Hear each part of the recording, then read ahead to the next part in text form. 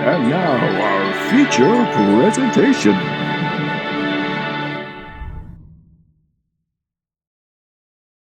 Hey guys, I'm Scarfy. I'm Naka. And I'm Krüz. And welcome to Subwoofer Entertainment, a determinedly drunk, geeky, and cheerful podcast where we'll be house and stream we entertain, bringing you all latest entertainment news. Sets a lot like a music appreciation class, talk about what's going on in certain topics and see how people react to them in certain ways. I'm just going to jump right into the show and just say that Set has been brought to you. Set has been brought to you by Streamlabs. We are a non-profit podcast, but we use this as our go-to for making more episodes and help them be bigger and better than ever before by purchasing equipment or other visual means. Please don't feel obligated. We are not asking for money to pay the rent, but if you have the heart to donate, it is greatly appreciated. So, today is a good day. It's a day. Yeah. Guys, we won. We won. I mean, well, you're saying that, well, here's the thing. Unite, divide. It's like, it's the whole talk about unite, heal the country. Easier said than done. But I appreciate the effort. But yeah, Naka, I don't even know what to say right now. This feeling is just, you hear that? It's silence playing off in your mind, never having to worry about anything else. It's great. No, I'm still going to worry. I don't know about you. I'm still going to worry. Here's the thing. We all know what we're talking about, but step in the right direction. Does this mean everything's better now? Absolutely fucking not. The Backstreet Boys are still out there. Maybe the response will start to change, and we're looking at, Right. But the best part about this is that we have the time to finally just rest for a while, if only for a short while. It doesn't even have to be forever. It just has to be for a short while. And you know what? I don't know about you guys, but if today is a great day. I woke up. It finally feels like fall. The weather is cooler. I mean, I went out in shorts and flip flops. Doesn't really feel like fall. No, but what was your reaction when the results were announced, Naka? Because my reaction was, no, we did it. I mean, and what about you? You mean no? It's like a shut up. Yes, right. What would you have to say? I mean, for like 3 days, it was tied at like, it was 253, 214, then 264, 214. I'm just like, yeah, he's kind of got this, but I do expect some legal challenge from the opposition because that's the kind of person he is. Yeah, I think I did like how intense it was, how close it was for a long while in a bunch of states. I'm a fan of that kind of stuff. I was like, you know what? In my opinion, I feel like I was kind of getting screwed over no matter who won the race because I don't like current president and not a huge fan of Joe Biden, but that was pretty much the only way that things would change is voting, or like it's a step in the right direction because honestly, it should have been Tulsi Gabbard or Bernie Sanders, but whatever. It is a time to heal. Reason today, and I'll talk about that later. But yeah, guys, I don't know about you, but just the mood is right. Like everything is great. I actually went to sleep a lot earlier last night because I just was so enamored with the results, and just we still have a lot of work to do, but for whatever reason, it's just good to finally just relax a little. Yeah, was because we haven't been able to do that for a long time, and it feels good to finally relax a little, not get too complacent. Of course, we still have a lot of work to do, but it's good to finally just relax a little bit, take a deep breath. United Republics of the Republics of America with a K. Yeah. I mean, it wasn't the cliffhanger. I can't speak words. That 2000 was, but it was like, I think to 2020 to 2000, it's like the acceptable sequel. Enough drama, but not, it wasn't like where this is like super decisive, where one of them had a clear lead, but it could come down to these few states, but some things came in and like saved the day and like that kind of thing. It kind of took the danger out of the sequel. You know what I mean? I agree. But I do want to just say one thing before we get into our main news because let's be honest. Oh, did something happen? The Seattle Sounders are playing tonight. I thought they were not playing today, but they're playing today. Okay. Well, that's perfectly fine. I've already told my dad, hey, by the way, I do have a show tonight. But thankfully, I mean, he is passionate about the Sounders, not as passionate as football. Tell me when Aqua Sox is playing again, okay? Anyway, we're gonna. I do have one more thing to say before we get into our main news. We cannot afford to get complacent. We have to be vigilant. We still have a lot of work ahead of us. We have to be vigilant. We have to be mindful of what's going to happen in the next couple years. We have to be on top of it every single day. We can't afford to lose this ground that we have. So yeah, I know what you mean. I know that you talk like most people. I mean, I don't self-identify as a Democrat or a liberal, but I did. Maryland is a blue state, and I understand how, it's appropriate to. I mean, I don't know if it's appropriate to say what I did, but I did pull for the president-elect. I just think that right now it was like a necessary step to move forward with other things, and I mean, I think I'm more split ballot. I mean, it depends on who's best at the job rather than trying to just elect one party. I mean, here's the thing: our two-party system is inherently, bullshit. It's been broken for a long time, and that's why I look to parliamentary systems with envy almost, because it's like it seems like they have more of the stuff together.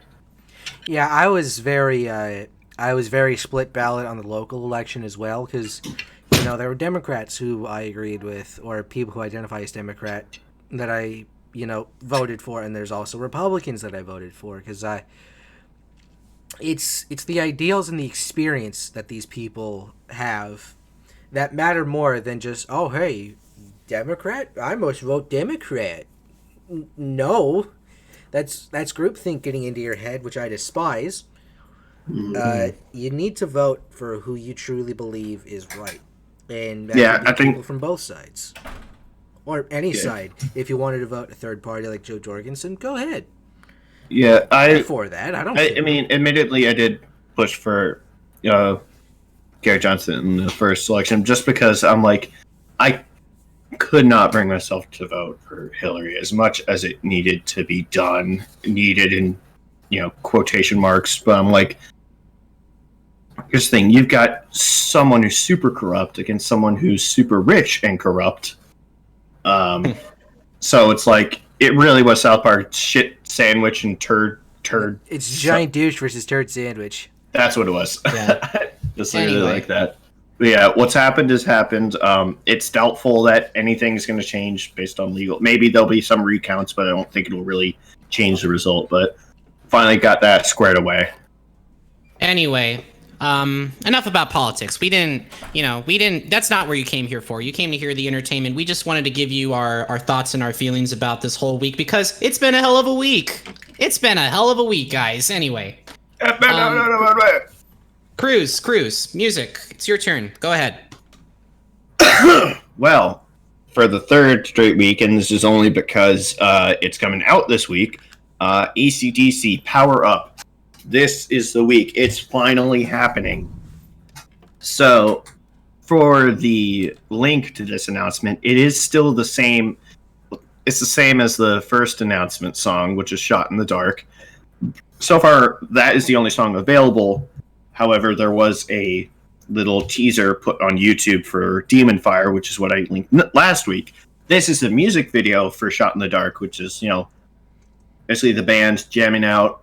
And it's really refreshing to see. It's like, because in an interview, Brian Johnson said that the band, that Angus had a bucket full of ideas, to use his words, and it just, everything clicked. It just felt right. The band is,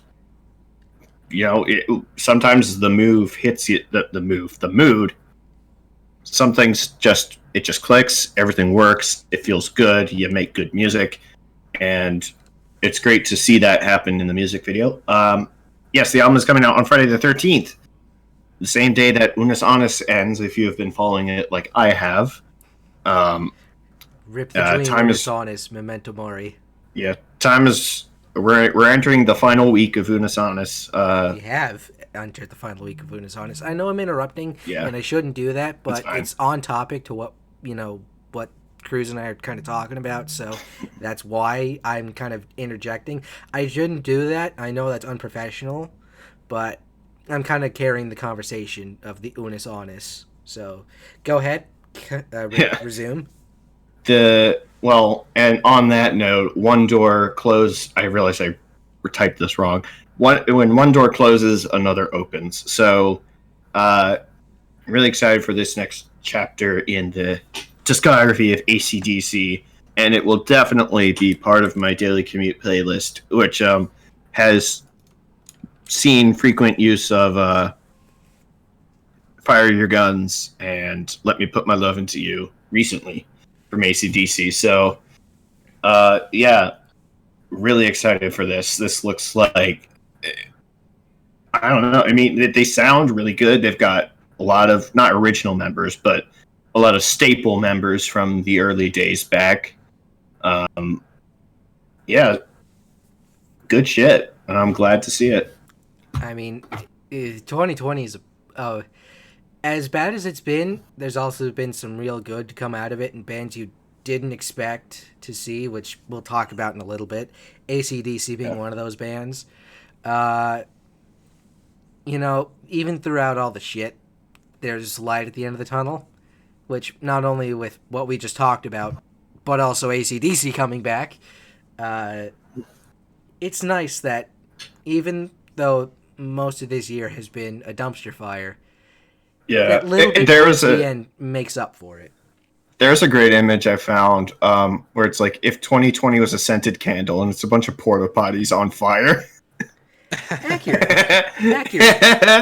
I mean, we've already talked about AC/DC a bunch of times already this season, so it's just, why would we bring it up for like the third straight week in a row? I mean, AC/DC, as I guess they're still kicking around. Yeah. They're still making music. Yeah. I guess think why that not?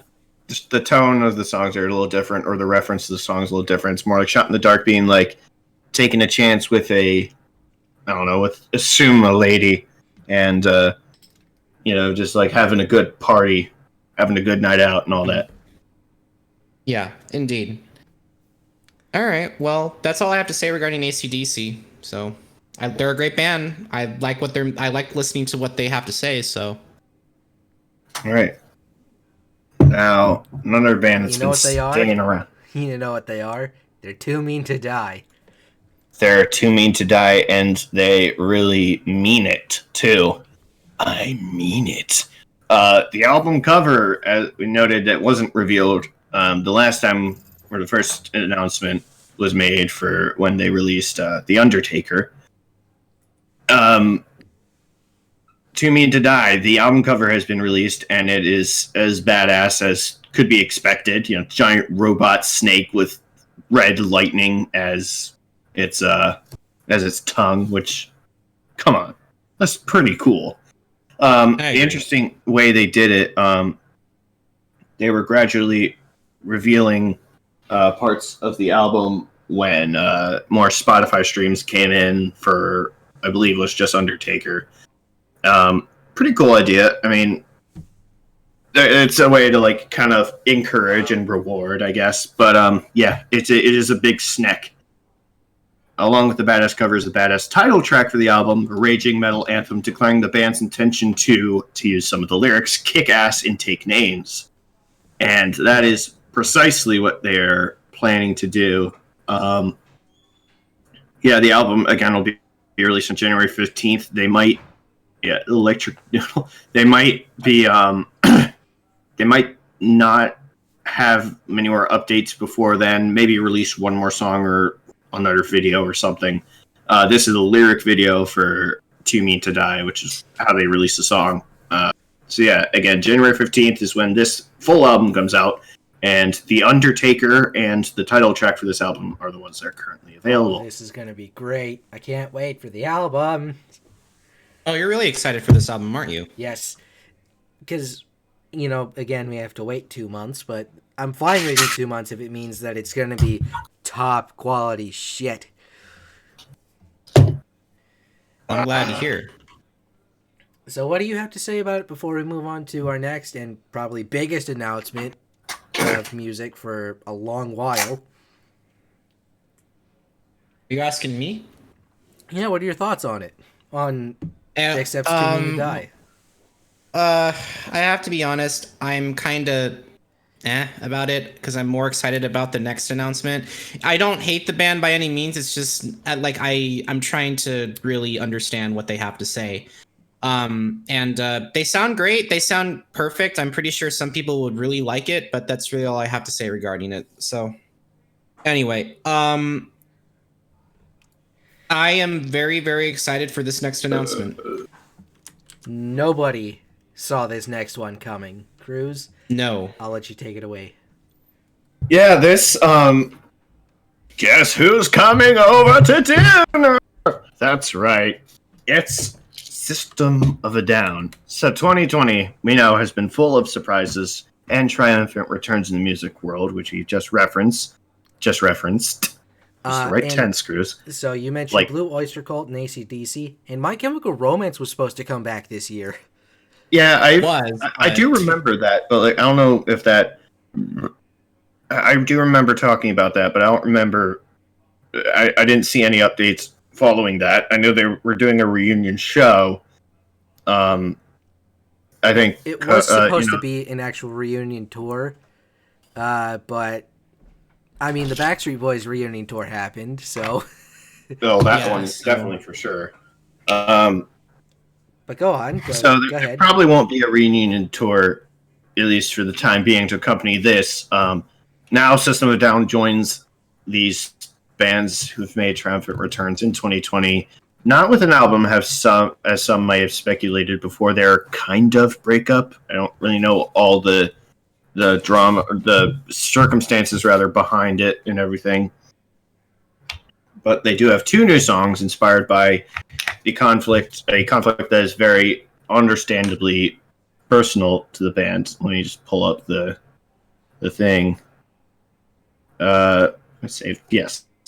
So this was a statement that the band released accompanying this song. We as System of a Down have just released new music for the first time in 15 years. The time to do this is now. As together the four of us have... I fucked that up. As together the four of us have something extremely important to say as a unified voice. These 2 songs, Protect the Land and Genocidal Humanoidz, both speak of a dire and serious war being perpetrated upon our cultural homelands of Artsakh and Armenia. On September 27th, the combined forces of Azerbaijan and Turkey, along with ISIS terrorists from Syria, attacked the Republic of Nagorno-Karabakh, which we, as Armenians, call Artsakh, and that's the flag you see on the album cover. For over the past month, civilians, young and old, have been awakened day and night by the frightful sights and sounds of rocket attacks, falling bombs, missiles, drones, and terrorist attacks. They've had to find sanctuary in makeshift shelters, trying to avoid the fallout of outlawed cluster bombs raining down on their streets and homes, hospitals, and places of worship. Their attackers have set their forests on fire. The attackers have set their forests and endangered wildlife ablaze while using white phosphorus, another banned weapon. And why? Because over 30 years ago, in 1988, the Armenians of Nagorno-Karabakh, which at the time was an autonomous oblast within the USSR, were tired of being treated as second-class citizens and decided to declare their rightful independence from the Azerbaijan Soviet Socialist Republic, whose borders engulf their own. This ultimately led to a war of self-determination by Armenians in Karabakh against Azerbaijan that ended in a ceasefire in 1994, with Armenians retaining control of their ancestral homelands and maintaining their independence to present day. Our people have lived there for millennia, and for most families there, it's the only home they and their forefathers and mothers have ever known. They just want to live in peace as they have for centuries. There is an immediate need for global citizens to urge their respective governments not only condemn the actions of the corrupt regime leaders of Azerbaijan and Turkey, but also insist world leaders act with urgency to bring peace to the region and rightfully recognize Artsakh as the independent nation it is.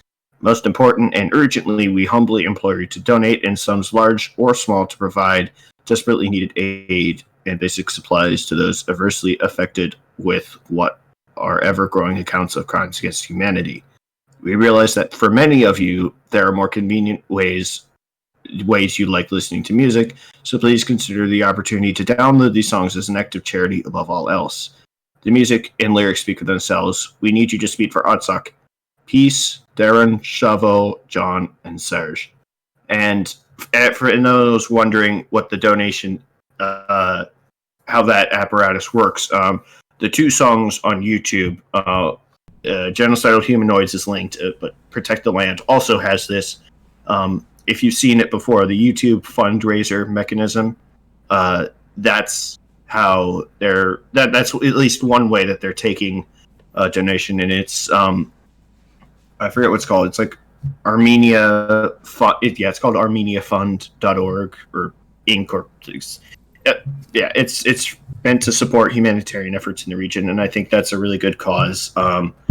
If you do want to donate, you can. Just those are the details I provided. But above all else, spreading the message is what the band is hoping to get out of this. And Serge has notably been involved in or vocal about stuff like this. I believe they also produced a documentary called Screamers, which we didn't see it, but basically saying that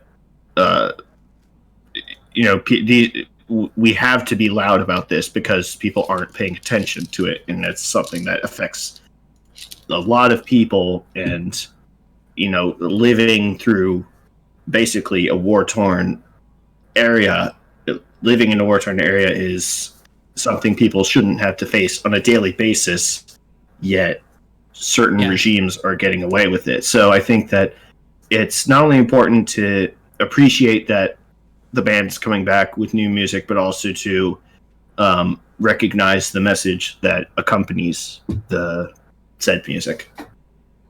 I realize that was a lot, and it's kind of a little bit heavy, but it is definitely good to see that System of a Down is, at least still has something to say, music-wise. So, fun fact, it's been, 15 years since System of a Down came back? That's 15 years since the last official release. People consider 2006 when the Lonely Day single came out, but that was on... If it's not Mesmerize, that came off of Hypnotize. Yeah, so I want to talk to you guys about something very interesting. I actually live with some Armenian people, and I asked them, "Hey, have you guys heard of System of a Down?" And they have Armenian or Russian accents, and they go, "System of Down, I love that," and which is so cool. So System of a Down is, if you thought System of a Down is popular in the United States, oh boy, you have not seen the fans. Apparently, you've not seen the fans in Armenia. They are crazy about this metal band. So yeah, metal comes from surprising places that might surprise you. Again, Akrasakota came from Iraq. Plenty of bands come from Iran. Some from Israel. Sorry, I had a burp coming. But this is the thing. Rock metal, it can unite people across many strange boundary lines. Not strange, but many ones you wouldn't think of. You wouldn't think of Armenian metal. What is that? You already think of Scandinavian metal or British heavy metal or American thrash metal. It's but it comes from a lot of places, and it does unite people. And I'm glad to see that they have fans from where they are, from where they're from. Which is kind of funny. Because when I listen to I was first introduced to System of a Down with Guitar Hero. Yeah, I know, I get it, but That's how hey, it is. Guitar Hero at least introduced me to the concept of rock and roll. So I played BYOB. I really love that song, and of course, there's always Chop Suey, but I mean, BYOB is fucking phenomenal. But yeah, I'm glad that they're back. Even if it's only for these 2 songs, We all wish that System of a Down would come back. They would be cooperating with each other and not having infighting over creative differences. And understandably, that's why they broke up. And originally, these songs were penned for, I believe it was Darren's other project.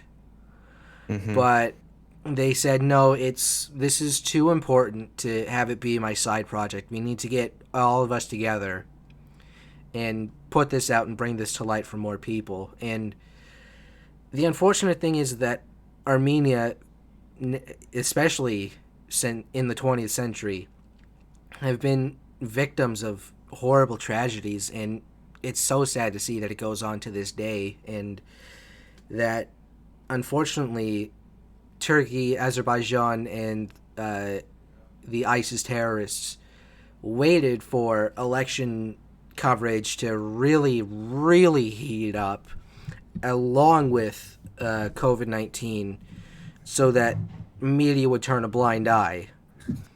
Or at least have their hands full. Or at least have their with hands other full news. with Arguably, still, the election was important, but, you can't... There's a problem. They can't report on everything at once. Yeah. So they relied on that, and also relying on certain, I guess, ignorance. And their Bandcamp funds, they've posted the songs on Bandcamp. Those funds are going to go to the Armenian Relief Fund, and also the pre-orders of their new merchandise. Those funds are going to the Armenian Relief Fund. And Russia. I was just gonna say Russia has also supported Armenia with weapons and rifles and everything else, because Russia really likes Armenia, if you couldn't tell already. So but yeah, it's just a tragedy that I believe there were protests a couple weeks ago in support of Armenians all over the country and all over the world, and that didn't get a whole lot of coverage as well because of everything else going on. And it's part of it is media's already had their hands full with everything else, but they couldn't just at least do something to bring this to light. They couldn't do that at all. And, that's where I feel ashamed of Western media, is because they're focusing all their resources on admittedly very important topics, but this is also very important because essentially this is like another form of the Armenian genocide. I mean, which here's the thing. To this day, I believe Turkey officially doesn't recognize as occurring. Which is so funny because we spend a lot of time focusing on stuff like World War II and the Holocaust, but it's so interesting that we never focused on the Armenian genocide. Yeah, it was also kind of a part of a quote. Well, so this is what the Turkish argument is that it was just part of World War I. Like the Armenians were, to use their words, in the way, and they accused them of being spies. And well, that's all you needed. That's all you need for a casus belli.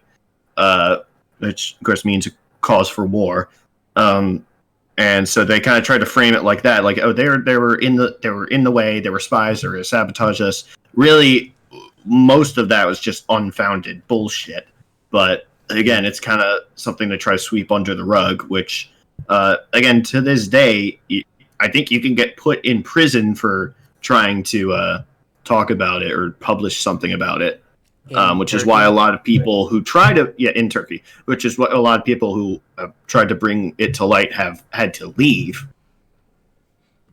You really shouldn't have to leave a country to publish something like things about, unfortunately, at this point it's an ongoing genocide of the people of Armenia, and nobody should ever have to go through that. And this, on set, we really don't like talking about these serious subjects unless they really truly matter. And with the election, that is a very serious matter that we can control. In the terms of the ongoing conflict in Armenia, we don't necessarily have control of that, and there's only so much that we can do that can help the people of Armenia, and I encourage people to either, if you love System of a Down and you want to get new merch, pre-order the merch. Those funds are actually going to something that matters to help the people of Armenia fight back against these forces. And pay for the music on Bandcamp, because those funds are going to the people of Armenia. And, again, I wish System of a Down would come back and release music on a more regular basis. And it really sucks. Like, it's a double-edged sword with this, because on one hand, these music tracks are great. On the other hand, I wish that they were released under better circumstances. Agreed. And I mean, hell, these are just 2 songs. I mean, there's no plans for an album, so, not yet anyway. So, we'll take what we can get. But as always, System of a Down, it's great to have you back, if only for 2 songs. But hey, we'll have to wait and see what goes on. That's all I have to say regarding System of a Down, of course. Yeah. We gotta keep moving on. Yes, we do. And Krüz, bring up your last thing real quick. Krüz? Oh, sorry, I muted my mic because something was happening. I forgot. Anyway, I was wearing my Yang shirt from RWBY today because season 8 first episode premiered on roosterteeth.com. It's available for first members on the RT site. So, I mean, it's not blown. It's not a season opener that will blow you away, but it was still like, again, a sentiment of it's good to be back, and it looks to be an intense season. So there's that, and I'm of course bringing this up because I'm a big fan of the show. So there's that, and then we get to video games. We get to me. Such. Let's see. But oops, I accidentally spoiled something. But before we talk about video games, the NASCAR season has officially finished. NASCAR for the year is over. Now we wait for 3 months to get to the Daytona Speed Week in February. Through thick and thin, the Backstreet Boys reunion tour, and racial justice issues, NASCAR's gotten a complete season in the books in 2020. Granted, we did not get races at the Iowa Speedway in any form, and they're not on any racing calendar next year, which is unfortunate because Iowa's a great track. Sonoma, well, that was supposed to be scheduled for June, and it's in California. They really weren't doing much. Chicagoland, unfortunately. Mid-Ohio, the road course there. A lot of the road course events, except for, I believe, IndyCar, got to have their races there this year. Watkins Glen in upstate New York, which is a great track. The Eldora Dirt Oval, and that's not appearing in 2021 for other reasons. And Mosport, which is in Canada, also known as Canadian Tire Motorsports Park. We got races at the Daytona Road Course, the Indianapolis Road Course, which was a doubleheader weekend for the IndyCar. It's like a doubleheader day for the IndyCar series and the NASCAR Xfinity series, as well as more doubleheader / back-to-back shows. The return of the 400-mile race at Darlington, that's always great. A new track for the All-Star race being Bristol. And in the interim period of the iRacing era of NASCAR, we saw Kyle Larson hit the lowest of lows by using a racial slur on an open mic, but Bill himself not only apologized for his actions, but proved that he's really changed by doing charitable actions and working with underprivileged racing schools and things like that, and really bring his reputation back up. And earning from his mistake, and will now compete back in NASCAR in 2021, driving the number 5 Chevrolet Camaro for Hendrick Motorsports. But more on that later. Also, a couple weeks ago, I did forget to mention congratulations to Chip Ganassi driver Scott Dixon for winning his 6th title in the NTT Data IndyCar Series after getting a podium finish at the finale in St. Petersburg, Florida, which was supposed to be the season opener, but the Backstreet Boys reunion tour happened. And they made sure to hit up St. Pete. Yes. Your 2020 NASCAR champions are Sheldon Creed with 5 wins in the NASCAR Gander Outdoors Truck Series, coming from 8th place to 1st on the final restart at Phoenix. We have Austin Cindric with a 6-win season.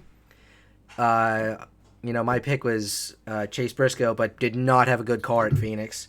And I guess you can say, like father, like son, Bill Elliott did it in 1988, won the NASCAR Cup Championship. And like son, Chase Elliott is the 2020 NASCAR Cup Series champion. Yay! With a very much dominating performance at Martinsville last week, getting to the win, that locked him up for a shot at Phoenix. And unfortunately, due to inspection issues, failing pre-race inspection twice, he had to start in 35th place, made up 25 spots in 30 laps before the competition caution, got up to the front, and pretty much was there the entire race. He had the car to beat. He hit his marks, and he basically drove a perfect race. Kind of like how Jimmy Johnson did in 2016, and I'll get into that later. Now, this is a bit of a big segment. I know, you're going to yell at me for this, Scarfy, but this is the last time I'm talking about this for months. So, there's a lot of stuff happening, and also I didn't talk about it, if at all, this season. For what the NASCAR community calls silly season, all the driver and team changes happen in the off-season. This is purely Cup Series only. If I went into the rabbit hole of the Truck Series and Xfinity Series, I'd be here for 2 hours. First things first, Levine Family Racing and Germain Racing are shutting their doors and are either selling their charters and equipment or have already sold them to other teams. Jimmy Johnson, Clint Boyer, and most likely Matt Kenseth are retiring, with Jimmy Johnson taking his spot in IndyCar to drive the 48 car for Chip Ganassi next year, and Clint Boyer will be in the Fox Sports broadcast booth alongside Mike Joy, Jeff Gordon, and Larry McReynolds. With Levine Family Racing shut down, Christopher Bell is being moved from that seat into the 20 car at Joe Gibbs Racing, replacing Eric Jones, who will be going to Richard Petty Motorsports to drive the number 43 Chevy Camaro. I'll talk about who Bubba Wallace is going to drive for in a bit, because it's big. Ross Chastain will finally be getting his cup ride with Chip Ganassi Racing in the 42 car. Alex Bowman is staying at Hendrick Motorsports, and the 88 car is going to be renumbered to the 48 car, keep the Ally sponsorship, because they wanted somebody with the squeaky clean image, which I don't blame. Did this have anything to do with Dale Earnhardt, or is this different? Dale Jr.? No, it's different. Different. It's mainly for sponsorship and marketing. Chase Briscoe will be taking over the number 14 Ford Mustang from Clint Boyer after having an explosive 9-win Xfinity Series season. Speaking of another Xfinity driver, while not having a Cup ride in 2021, he will drive a select few races in 2021 before moving to the Wood Brothers in 2022 with the next-gen car. Corey LaJoie's plans are up in the air after announcing his departure from Go Fast Racing, which is also being scaled back to a part-time schedule. Now, I've heard that Ty Dillon is leaving the sport, but I cannot confirm that, and with Germain Racing shut down, he's got nowhere to go. Though I kind of do know why, but I can't talk about it. It's off limits for me to talk about. It's complicated. I actually cannot talk about it. Now, teams. This is a bit of a big story. Colleague Racing is rumored to make Cup Series starts and or do the full schedule in Cup after a very successful few years in Xfinity with the likes of Ross Chastain, Justin Haley, and AJ Allmendinger. Justin Haley will stay in the 11 car next year, and AJ Allmendinger might compete in either the 10 or the 16 next year. Don't know that, but again, that's Xfinity, not Cup. This is a team that's been rumored for about a year and a half now. Money Team Racing. They're rumored to begin racing, purportedly being funded primarily by Floyd Mayweather. We all know Pacquiao won the fight. A team being organized and run by former driver Justin Marks and having a Richard Childress Racing Alliance is Trackhouse, and announced on October 7th of this year that the driver of their the number 99 Chevrolet Camaro will be Daniel Suarez, leaving Gaunt Brothers Racing. And here's the big one, folks. The rumors flew all across the sport this year that someone big would be starting a team for 2021, and they were correct. Denny Hamlin for a couple of years has always had like Michael Jordan stuff, whether on his race car or, on his suit and kind of stuff like that. But Denny Hamlin and Toyota are partnering with probably one of, if not the greatest basketball player of all time, Michael Jordan, to form 23 XI, even though racing, which is actually... Here come the Lakers fans bitching about whatever. Which is pronounced 2311. And have hired Bubba Wallace to drive the number 23 Toyota Camry for 2021 with the Joe Gibbs Racing Technical Alliance. I've already gone over the schedule for the 2021 season at the beginning of our broadcast season, but 2021 is going to be one of the most diverse seasons in NASCAR. Now, let's actually talk about video games. A quick reminder. Yes. We're starting off this segment with the Xbox Series X/S games and PlayStation 5 titles releasing on November 10th and November 12th, and a couple of other games sprinkled in as well. First of all, we have a game that I don't know that we should be talking about anymore because it's not being put on the Wii. Now it's me with video games. Well, it's why are we talking about it at all? Because it's like yawn, rinse, and repeat. Why try? I know why. This feeling inside me says it's time I was gone. Clear head, new life ahead. It's time I was king, now not just one more pawn. Fly by night away from here. Change my life again. Fly by night, goodbye, my dear. My ship isn't coming and I just can't pretend. The Wii is officially dead. It died last year when Just Dance 2020 was announced. So why continue making the series if the Wii is dead? Oh, you forgot about the man in Just Dance 2021 who dabs in this trailer. The Wii died. I don't care. It's just your shitty lineup of pop songs and nothing new.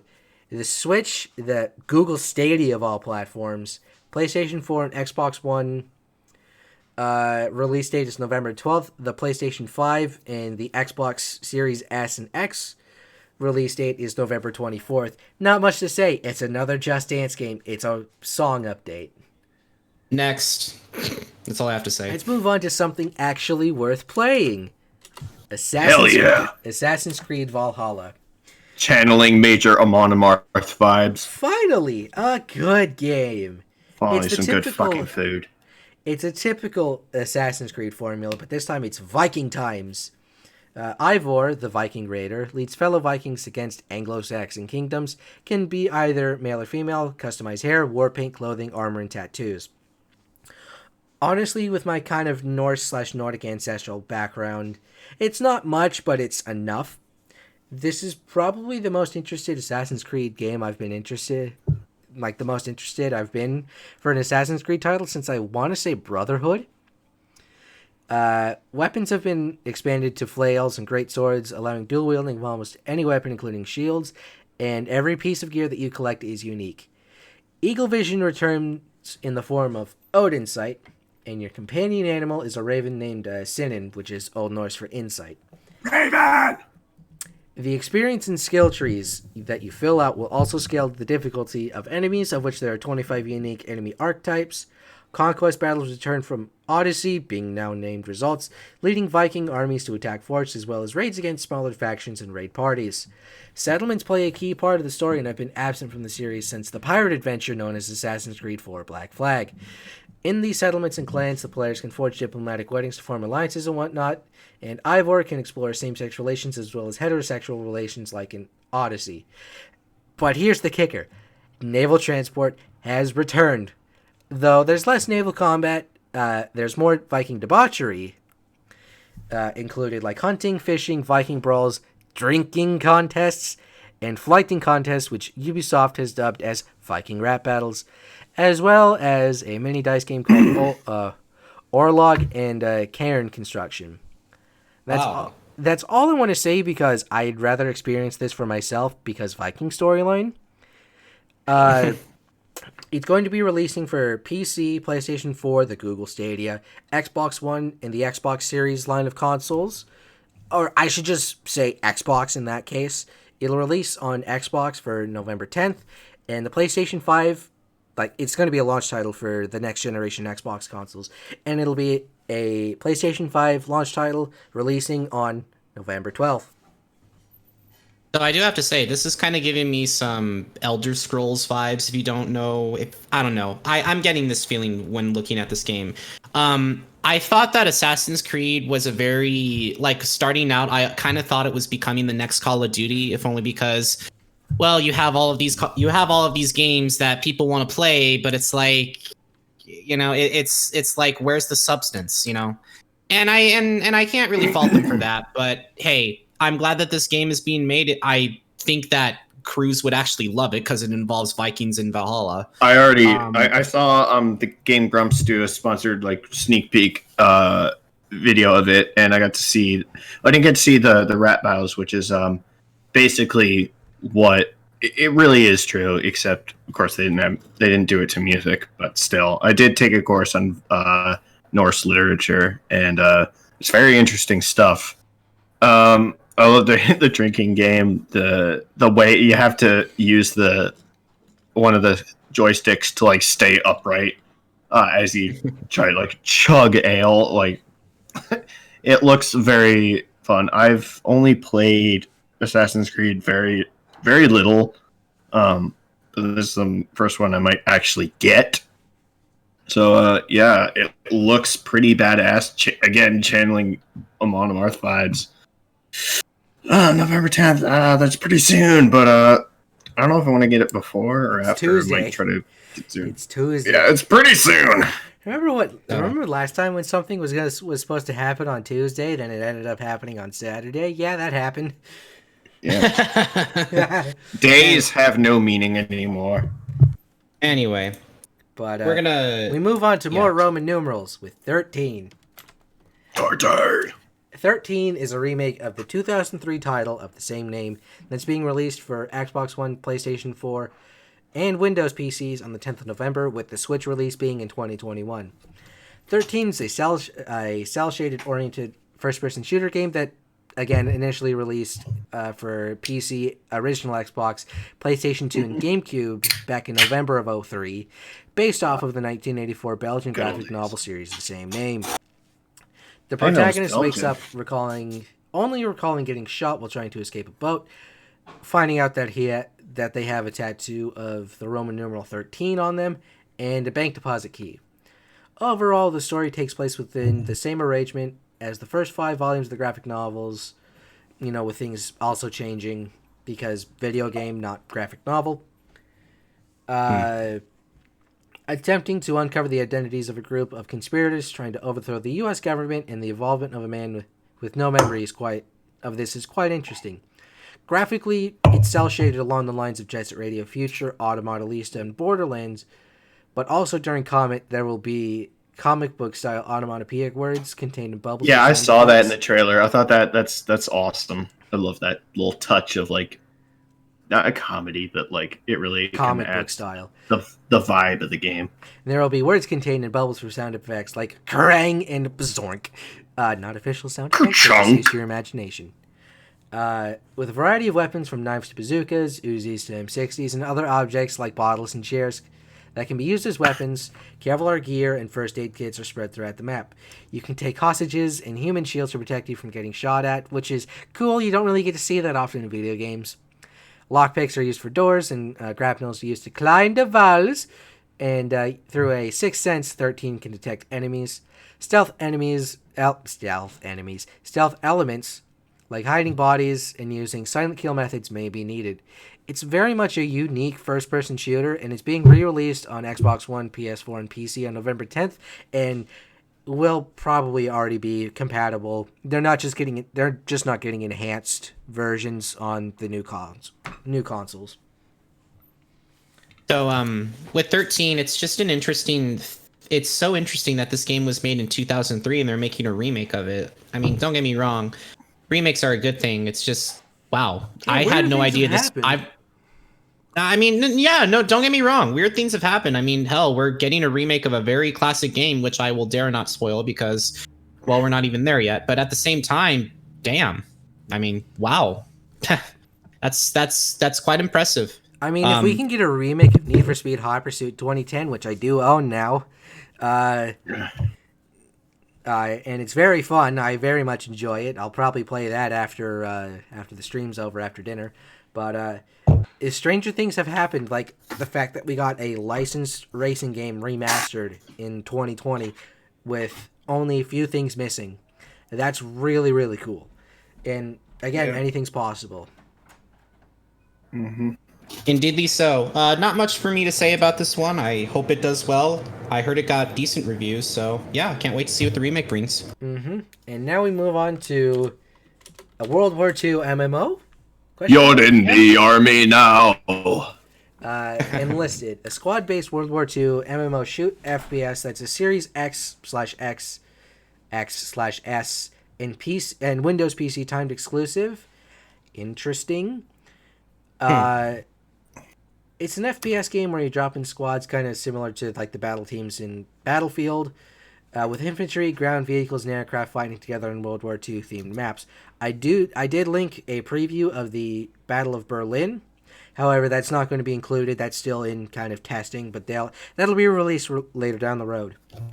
Players control either a squad of 4 to 7 soldiers of various classes, or a tank crew, or an aircraft pilot. They can give orders to AI soldiers in the squad while controlling other soldiers directly. Currently, only the Battle of Moscow will be available at launch, but the Normandy invasion and Battle of Berlin will follow. If you're interested in this title, it'll come out on Windows 10 PCs and Xbox Series S/X, and I'm just going to go with Xbox Series X. It's going to make things easier for me. Everybody will know that you're talking about, or that I'm talking about the Series S and Series X at the same time. And I'll just abbreviate them as XSX in my notes. Yeah, it's on November just easier 10th, that way. which will be a launch title for the Xbox Series X. Awesome. So with this game, I looked at it. I don't want to say anything negative about this game, but at the same time, I don't know. I'm getting like Call of Duty vibes from it, and rightfully so. Like Call of Duty has been like, they've covered stuff like this. Material rather of this. I mean, they did make Call of Duty World War II, which is the only Call of Duty game that I've owned. And here's the thing, I love the campaign. It was awesome. Josh Duhamel was in it, but the campaign was way too short. I felt like, and it was only focused on the American push on Germany. So, but we did get to do the Argonne with, or was it? No, Baston. That's what I meant. Which was where which the inspiration from my favorite Sabaton song, Screaming Eagles, where they held out against unimaginable odds. For Battle of Berlin, Terra Dominalis, or Crush Tyranny. So it looks cool. It looks, it's like a serviceable alternative to Call of Duty, especially considering that you have, we're talking about it, but I've seen ads for Call of Duty Cold War, and that's basically going to drown out the competition, but still, it looks like a pretty good MMO game. Oh shit! What's going on? Call of Duty Black Ops Cold War is coming out this week. Oh, glad I brought it up then. Oh shit! Yeah, Well, oops. you get to see Ronald Reagan in it. Unfortunately, I mean, it's everywhere. Just watch somebody else talk about you'll have Cold seen War. the ad probably. I saw it on TV at least two this or a three re-release, times today. or is it a Black or is it Ops a Cold War. It's a original? new game. Ah, it is. no, I missed it. Fuck. Yeah. Dang it. We're not you can't win perfect, them all. but at least We're we're not bringing it perfect. up now. Yeah, we're sorry. It's all right. Well, It's going to get enough exposure as it is, Yeah. and we just referenced that. So Yeah, that gameplay. Of course, the first thing everyone's going to focus on is like how is the zombie mode. I played Call of Duty. I want to say it was Black Ops 2 or 3, and it was the zombie mode. And I played it with my friend. It was pretty fun. Trying to patch up the doors, frantically running from one side of the map to the other. So, before we move on after Enlisted, there's already controversy with Call of Duty Black Ops Cold War. CBR, this is from the Wikipedia article, so take this with a grain of salt. CBR.com reported that the teaser trailer had been banned in China due to a 1-second depiction of the 1989 Tiananmen Square protests. An edited teaser was released worldwide instead. PC gamers Andy Chalkwell... That's not controversy. Yeah, there's It's just trying to being a little bitch. There's also no mistaking the irony of active censorship in a promo trailer for a game whose tagline is literally "Know Your History." And then another one. Ian Walker of Kotaku criticized the inclusion of the Bezmenov interview in the game trailer and noted that Activision removed the context of the footage, where Bezmenov alleged that the Soviet Union was using non-military measures to engage in subversion in the U.S., through the promotion of social justice movements in a 1984 interview with noted conspiracy theorist G. Edward Griffin of the John Birch Society. Walker accused Activision of unknowingly promoting the cultural Marxism conspiracy theory and noted that Bezmenov's own hostility towards the feminist and anti-war movements, as well as his message and inclusion in the trailer, being picked up by alt-right activists. So there's already controversy with this game just from the trailers. It's a very political... Again, it's like they're talking about the Cold War. The effects of that have not ceased. I'm gonna make a bold claim. War is political. You can't get away from that. You cannot get away from war. War is the bulwark of the state. That is Sun Tzu fact. I believe it's like if the war effort is good, the state does well. Mm-hmm. Not for a long time. I just want to finish. I don't think China's gonna care, but at the same time, for China, they're gonna publish the game. Being little bitches because we showed a 1-second clip of Tiananmen Square. Bullshit. Stop trying to erase your history. Yeah, go fuck yourself. Anyway, millions of people have already seen that. I love that. Here's the thing I found. I don't remember where this was from, but the Chinese response to why are you censoring that? But it was some jab at them about Tiananmen Square, and they said, "What was that thing about Kent University?" And of course, they're talking about the students that were killed at Kent University, I believe, by National Guard. I'm like, yeah, U.S. government, they've done plenty of shitty things, but that was a little more egregious, I think. Hey, China, you're talking about armed, soldiers versus a tank. Not one tank, multiple tanks on innocent civilians. Hey, okay. Hey, China. Enough about this shit. Hey, China, stop putting the Uyghurs in concentration camps or just killing them outright. Stop, basically telling people, hey, these people may be Chinese. They're not the pure Chinese. Stop telling people to persecute people like that, you fuckers. Stop trying to put people in, prison camps and concentration camps because they're not pure to your eyes. Stop trying to fuck over Tibet and stop trying to fuck over Hong Kong. The end. We're moving on to the Pathless. Yes. Okay. Anyway, so I'm looking at this game and the animation is very beautiful. Go ahead and talk. It's a great looking game. Delicious. That is a Windows PC, PlayStation, and iOS exclusive. That's Nani odd, desu ka? but the Pathless is an action-adventure title developed by Giant Squid and is third-person action-adventure. The player controls the hunter who must find a way to lift a curse on an island. She's a master archer, and you use her bows and arrows to shoot talismans scattered throughout the world, filling in her dash meter, allowing her to swiftly navigate the world. Also, with the help of her eagle friend, of which you can name which you can name yourself not in the game, but you can just call him like Adler the Eagle or something like that. I think it's a hog. I don't know. I'm being nitpicky. I don't care. There is no minimap. However, you need to use spirit vision to find points of interest. Avoid invincible cursed spirits with stealth and find a way to return light to obelisks scattered in the game's world to stand a chance against them and save the day. If you're interested, it's coming out on iPhones, both current PlayStation consoles, as well as Windows on November 12th, making it a PlayStation 5 launch title. Interesting for a mobile game. It's more so than just, let's play Raid Shadow Legends. No, shut the fuck up. Fuck Raid and everyone who works at Raid for your annoying commercials. Anyway, what do you have to say about this game? It looks very cool. Surprised it's coming out on iPhone or iOS, but I'll probably play it on there because I don't have a PlayStation. And it might be like an Apple Arcade exclusive, so... I don't know. Well, if that means a subscription, well, then that's something different. But I mean, you could always play it on Windows. No, you can't.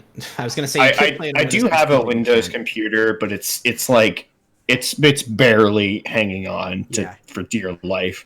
I will say the interesting thing I wanted to note was the lack of minimap, which kind of reminds me of a challenge that my friend posed to me in Breath of the Wild, where it's like get from one corner of the map to the other with no HUD, and it was not easy. I don't even think I did it. I got like halfway, and I'm like, where the fuck am I? So as I was saying, the animation of the of this game looks very pretty. I think if you won't be entranced by either the gameplay, most likely you'll definitely be entranced by the animation. I don't know why. Why do I get the feeling that this game company was done by the same people who did Firewatch for whatever reason? I don't know why I'm getting that vibe, but hey, I mean, yeah, it looks great.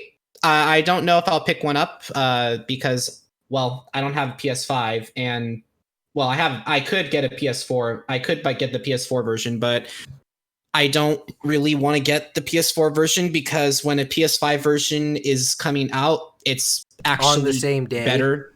Yeah, that's why it was kind of better. So that's why I was kind of hesitant about Valhalla, because I know that you can transfer data, and again, this happened with Doom, that for some reason now I can play at least. Maybe it's because I'm playing the Ancient Gods. I haven't tried playing the main campaign without the disc, but the DLC obviously is downloaded. But you can. I have an external drive. You can transfer stuff to the new console, which this is the thing I was kind of wondering if I should wait to maybe try to obtain the new console and enjoy the game. Then it's kind of like a weird time where the game's coming out and you really want it, but then there's also the new next console right around the corner. So I'm like,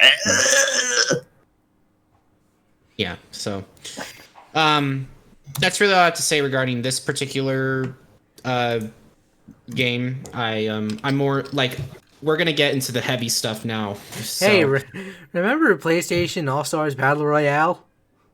I don't, but this character who was in it, Sackboy, A Big Adventure. The boy of Sack. Hey. I'm immature, but I just kept laughing at the name. Hey, Sumo Digital developing another game. Sweet. They've got a good track record with the console versions of Outrun 2/2SP, Outrun 2006, Sega Superstars Tennis, Sega Rally Online Arcade. Oh, I should also mention Outrun Online Arcade, which are those two games are Xbox Live Arcade, or were Xbox Live Arcade exclusives. Sonic and All-Stars Racing Transformed, the Xbox 360 version of Forza Horizon 2 for whatever reason, Little Big Planet 3, Snake Pass, which I think they co-developed with the studio, and they also co-developed Hot Shot Racing, which is a very fun retro-styled arcade racer that came out this year, and now another Little Big Planet game, Sackboy, A Big Adventure. Instead of being a 2.5 dimension platformer where it's a 2D platformer, but it's got elements of 3D and 3-dimensional space. This is a full-fledged 3D platformer in the likes of Mario 64. However, Mario 64 doesn't have native 4-person co-op play, nor did it ever support cross-platform multiplayer, which is coming in a later update. It's a Little Big Planet game, but in 3D, so it's going to be a great time. Sackboy: A Big Adventure comes out on November 12th, 2020 for PlayStation 4 and PlayStation 5. Now, I'm going to bring things up. When I say that it comes out on November 12th for PlayStation 5 and the Sony exclusives, that means they're coming out in North America and the Oceania regions. So, Papua New Guinea, Australia, New Zealand, that area only. Mm-hmm. Whereas the rest of the world will be getting the PS5 version on November 19th. I don't know why Sony is doing this. I don't know if it's for socio-political reasons or what's going on. I don't know, but apparently Sony's been making a number of questionable choices based on Scarfy's reaction to some of the things that you've brought up in our chat. Yeah, they're stupid. Yeah, there's a number of strange choices. So yeah, I mean, just look at the Venom series. What? So in the future, in the future update, you'll be able to play PS4 multiplayer with people on PS5 and PS5 multiplayer on people with PS4. That's coming out in a future update. They're focusing on getting the main game out and then adding it post-launch, like what they did for private parties with Tony Hawk 1 and 2 when that came out a couple months ago, which got an update just the other day recently, including and there's other stuff. I don't mean to get off topic, but there's Crash Bandicoot stuff now. You can now go through all the tours, all the career mode as each individual skater now. Doing all the goals instead of not just instead of not just getting the skill points, you'll be able to do the goals and the skill points for each character now, which is great. It adds great replay value, but I got to move on. Yeah, to our I was going to say now that you mentioned. This isn't gonna take long. Now you mentioned Crash Bandicoot. Weirdly, my experience with Crash Bandicoot is kind of limited to Nitro Kart, or a racing game, which my sister and I had a lot of fun with on GameCube. But yeah, the platforming kind of look of this game kind of reminded me of Crash Bandicoot. Those games, the 2.5 dimensional thing. That's all. So it looks very silly, very cool. Now time for something epic. Yes, let's move on to Epic Game Store. An action RPG to Godfall, an action RPG with elements of Avatar: The Last Airbender. Sweet. Godfall is a game set in high fantasy, splitting into the realms of water, earth, fire, air. Oh, and also spirit. Hey, somebody gets Cash Panuka. That's a Kid Icarus reference. Nice. I prefer the SGB reference of Wonky Dick. Wonky Dick! Tune in next week to Wonky Dick's Adventures on 8/13. Why 8/13? Because Wonky Dick doesn't get time zones. I'm getting off topic. I just punched my own mic cord. Yeah. Focusing back on Godfall. The player takes on a role of one of the last Exalted Knights Order, one of the last of the Exalted Knights Order to prevent an apocalypse. The player has 5 weapon classes to choose from based on their armor sets, valor plates that they equip. Longsword, dual blade, polearm, two-handed warhammer, and two-handed greatsword are your weapon classes. Additional valor plates and augments can be equipped to customize how a character class plays out. It supports up to 3 players in drop-in, drop-out co-op, like LEGO Star Wars. And it is described as a looter shooter, even though it's more of a looter gun, like sword shoot. Doesn't slicer, have the same ring to it. A looter slicer, there we go. Because it's Gearbox, and Gearbox's track record recently, it's going to come out on the Epic Game Store first on PC, but it's also a PS5 launch title, which doesn't have the weird Sony proposed launch thing So it's just going to release worldwide on the PlayStation 5 on November 12th. It's not going to have that weird bullshit schedule like with other Sony exclusive launch titles. Yeah. Anyway, go on. I was just gonna say, so believe it or not, I was looking at this game and I honestly thought it was just going to be another MMO, but it actually looks pretty well done. I kind of want to give it a shot. In fact, I have a code that I'm going to use because I built my own computer. I was actually, because I spent a good chunk of money to build my own computer, I spent about like $1,900, for my own PC. And this is specifically for components that I want, like I wanted the Blu-ray disc drive. I wanted this, I wanted that. I actually got a promo code that I could use to actually, I believe, purchase the game for free. So I actually want to give this a try. It looks great. The colors look great. I want to see what it has to offer. I'm thinking about playing it on my PC. In fact, I was actually just about to get that done right now. So, I'm excited for this game. I hope it works well. All right. So, it does. Sorry, go ahead. I think my reaction was pretty similar to Scarface. It kind of seemed like one of the other cut and dry. It looks pretty still the same kind of high action kind of. It's the same game, but there's a little bit of story to it, and it kind of reminds me the story of one of Monomarth's song called "Warriors of the North," basically where a brother, the narrator's brother, was the king and didn't have an heir, so that the narrator's brother narrator's son would have been the firstborn. So the other brother shunned him out of the kingdom, but then called him back when they were under siege. So it's kind of like that, like turning brother against brother. That's kind of like the whole vibe of the trailer. That aside, I think this game does legitimately look badass, but I don't think I'm really going to be able to play it. But anyway, I'm hungry. You're hungry? I actually am, but yeah. Anyway, so... Is there anything else we want to talk about regarding Godfall? Nope, we're moving on to Bugsnax. Bugsnax! That's not the jingle.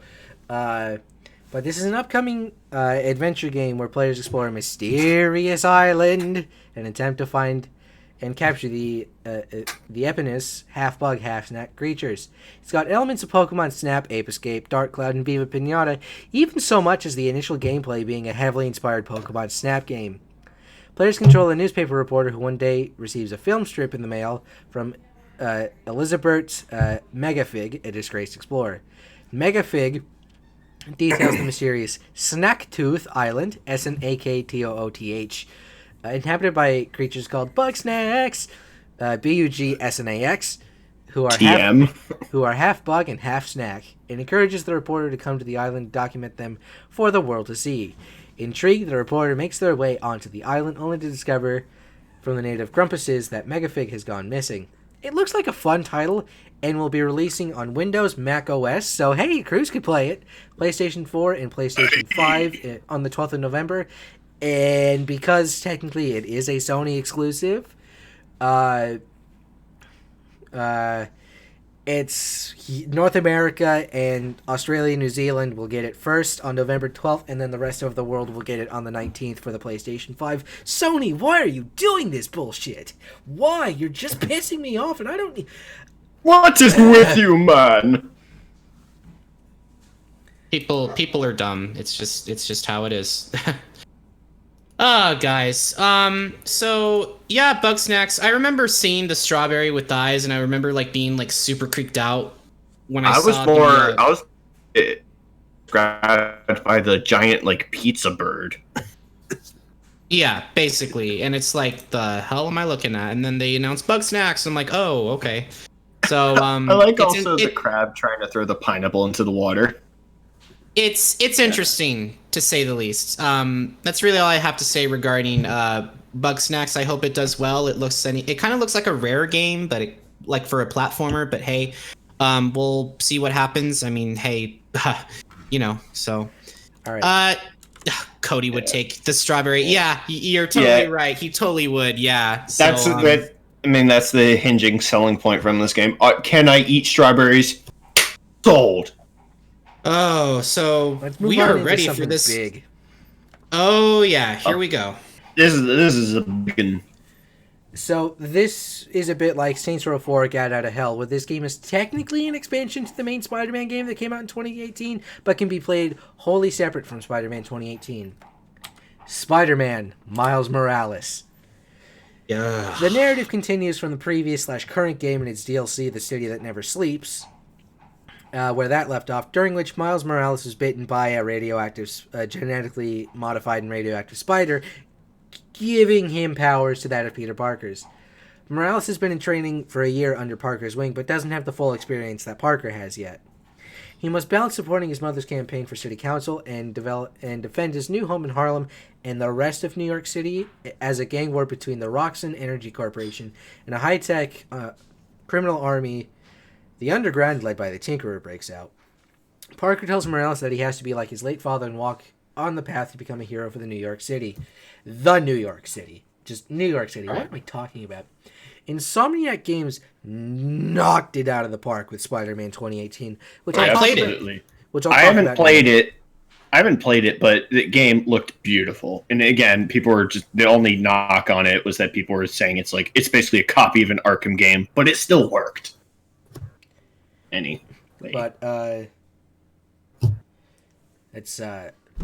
I'm glad to see that this will continue the storyline of that game and its stories with new stories, new set pieces, fresh villains, and unique quests.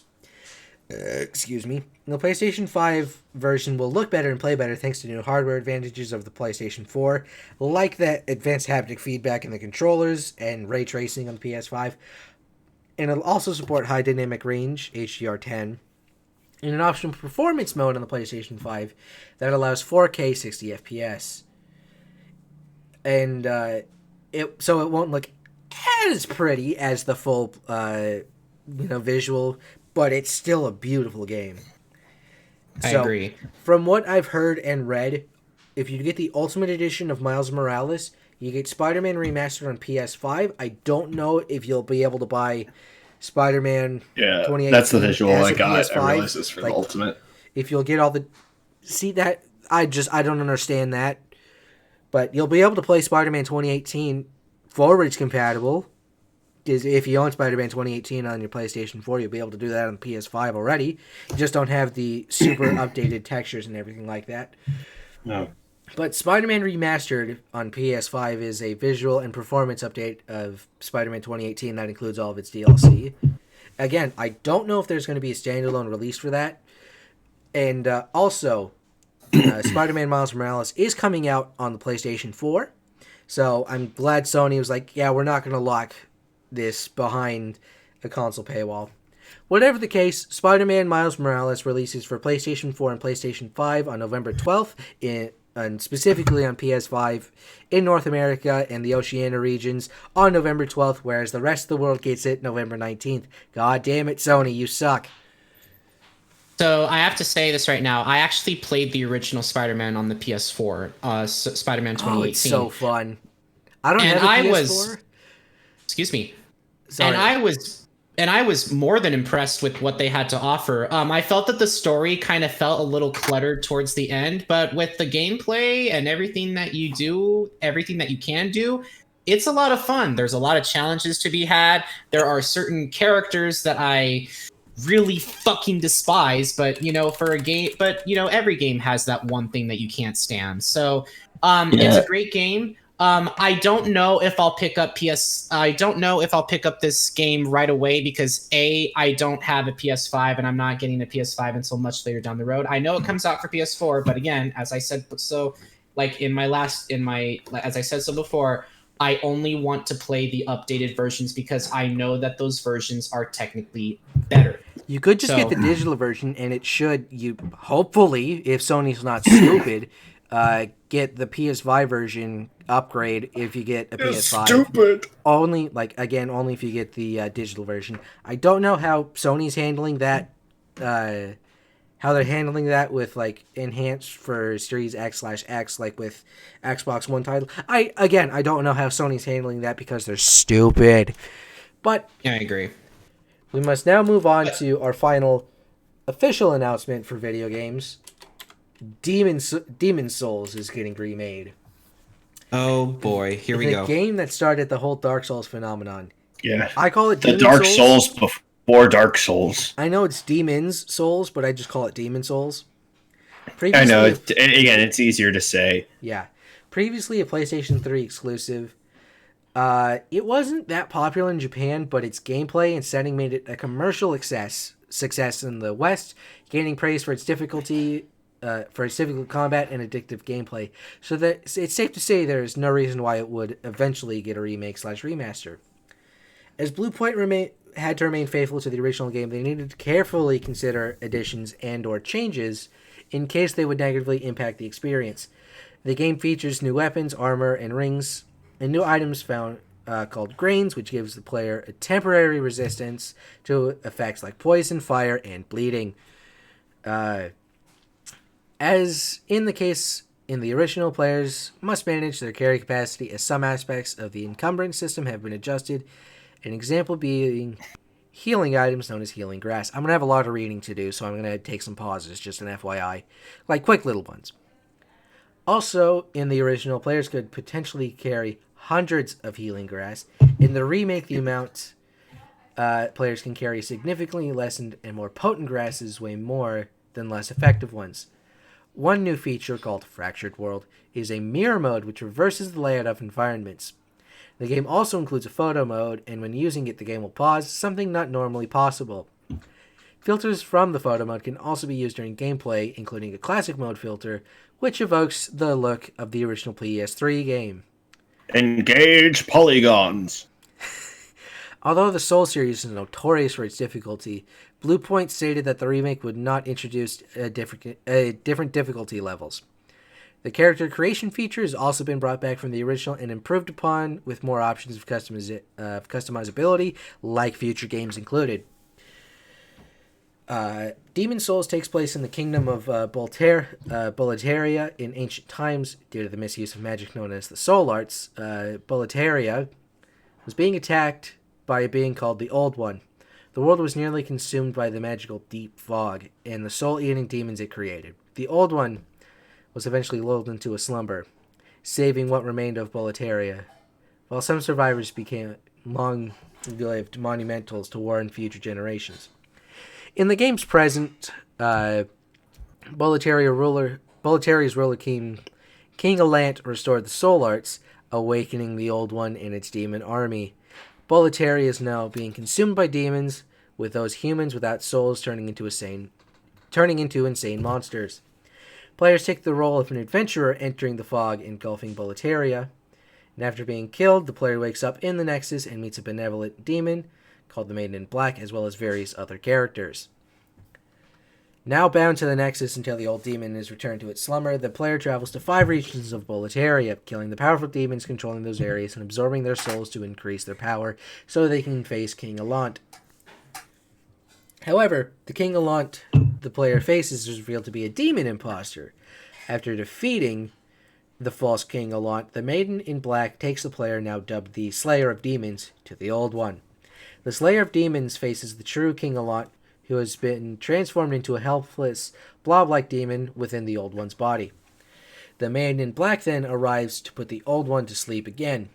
If the Slayer of Demons leaves the Old One, they are hailed as the hero of the restored, though damaged. They are hailed as the hero of the restored, though damaged, Boletaria, becoming a new monumental to support the world as the knowledge of soul arts is lost.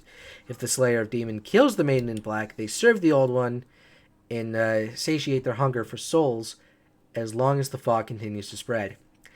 The Demon Souls remake is set to release like all other PlayStation PS5 launch titles on November 12th in North America and Oceania, whereas the rest of the world gets it on November 19th. There will not be a PS4 release. This is strictly PlayStation 5 only.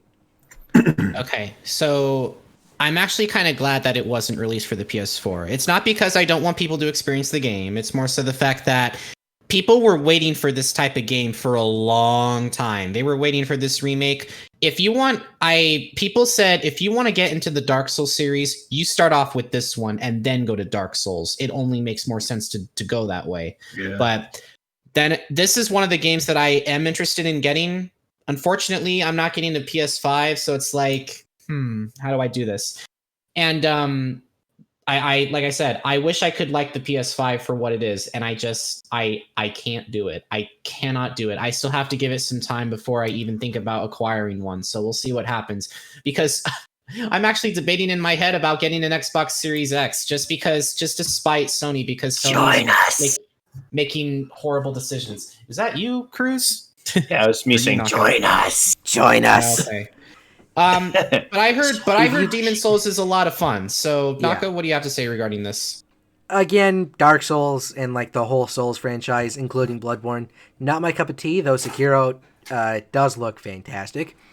For those who really enjoy these games, go ahead, play them. They're a lot of fun. They're great. Also, you should join us over on Xbox and then get Xbox Game Pass Ultimate, which you get access to a ton of games. And you get Xbox Live Gold, which will allow you to play online. Do it. Do it. One of us. One of us. Do it. Do it. Krüz, what do you have to say about Demon Souls? It looks... I was wondering like what direction the trailer video was taking. I realized they're actually just showing like, I assume what looks like beginning of the game gameplay. It looks very smooth and like buttery smooth. Again, like I said in the chat, 95% of my knowledge, the other 5%, I guess, coming from my friend's brother, about Souls related stuff. Most of it comes from RKG, formerly known as Prepare to Try, as part of IGN. They split off to make their own channel, and speaking of Sekiro, they recently completed Sekiro because they had to take a break because they were, adapting to quarantine and everything.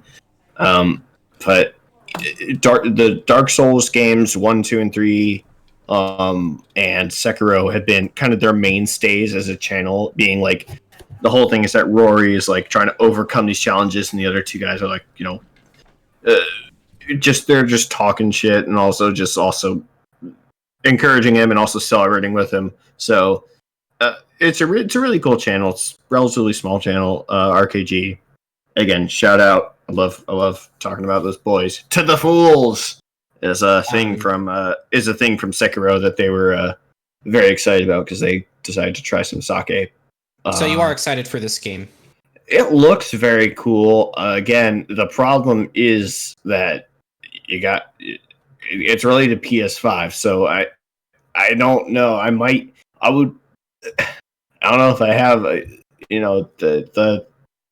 the cashish to like get multiple systems. I mean, I'm probably gonna do the same thing. I mean, I got the Xbox I have as a birthday gift, and that was the S because I don't have a 4K TV, so I'm probably gonna get the S again. Please don't sell your Xbox. Just don't. I don't plan to.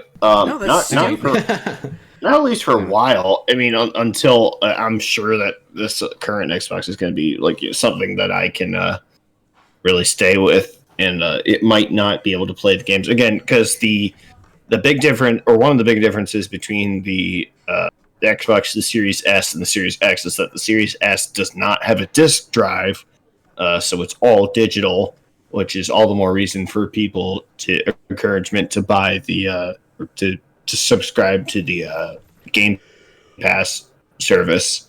If not, again, I've tried to buy. I tend to favor physical because it minimizes what you have to store, but that might change because I play less games on Xbox than I do on Switch, but the games that I do play on Xbox, I play longer.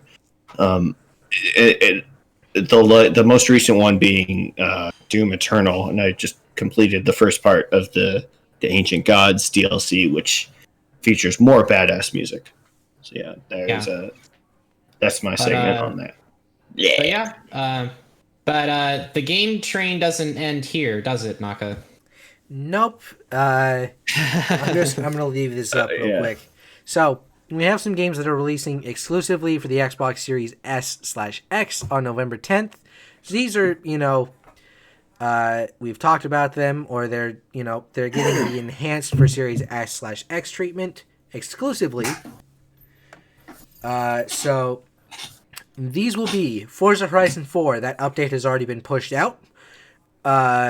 Gears of War 5, Gears Tactics, Manifold Garden, Ori and the Will of the Wisps, Sea of Thieves, WRC 9 for whatever reason, and Yakuza Like a Dragon will be a timed next-gen exclusive for next-gen treatment. Okay. Whereas I have to say, Ori and Will of the Wisps, beautiful game. Great Yes, sequel. I agree. I would totally Great get music, that game. too. Yeah, so... Music's amazing.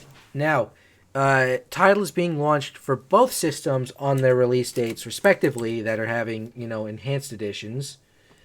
I've already talked about Dirt 5 also, I believe, being launch titles for these systems as well. So I talked about that last week.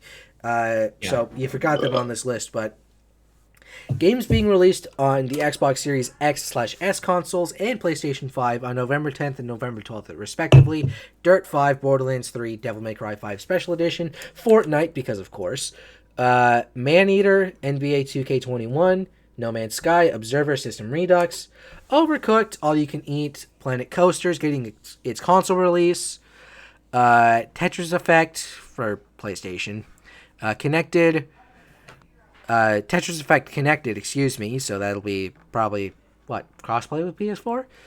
Warhammer, Chaos Bane, and Watch Dogs Legion. And also, Yakuza Like a Dragon will also be released on PlayStation 5, but that's going to come on March 2nd, 2021. Okay. So I'm just going to say this right now.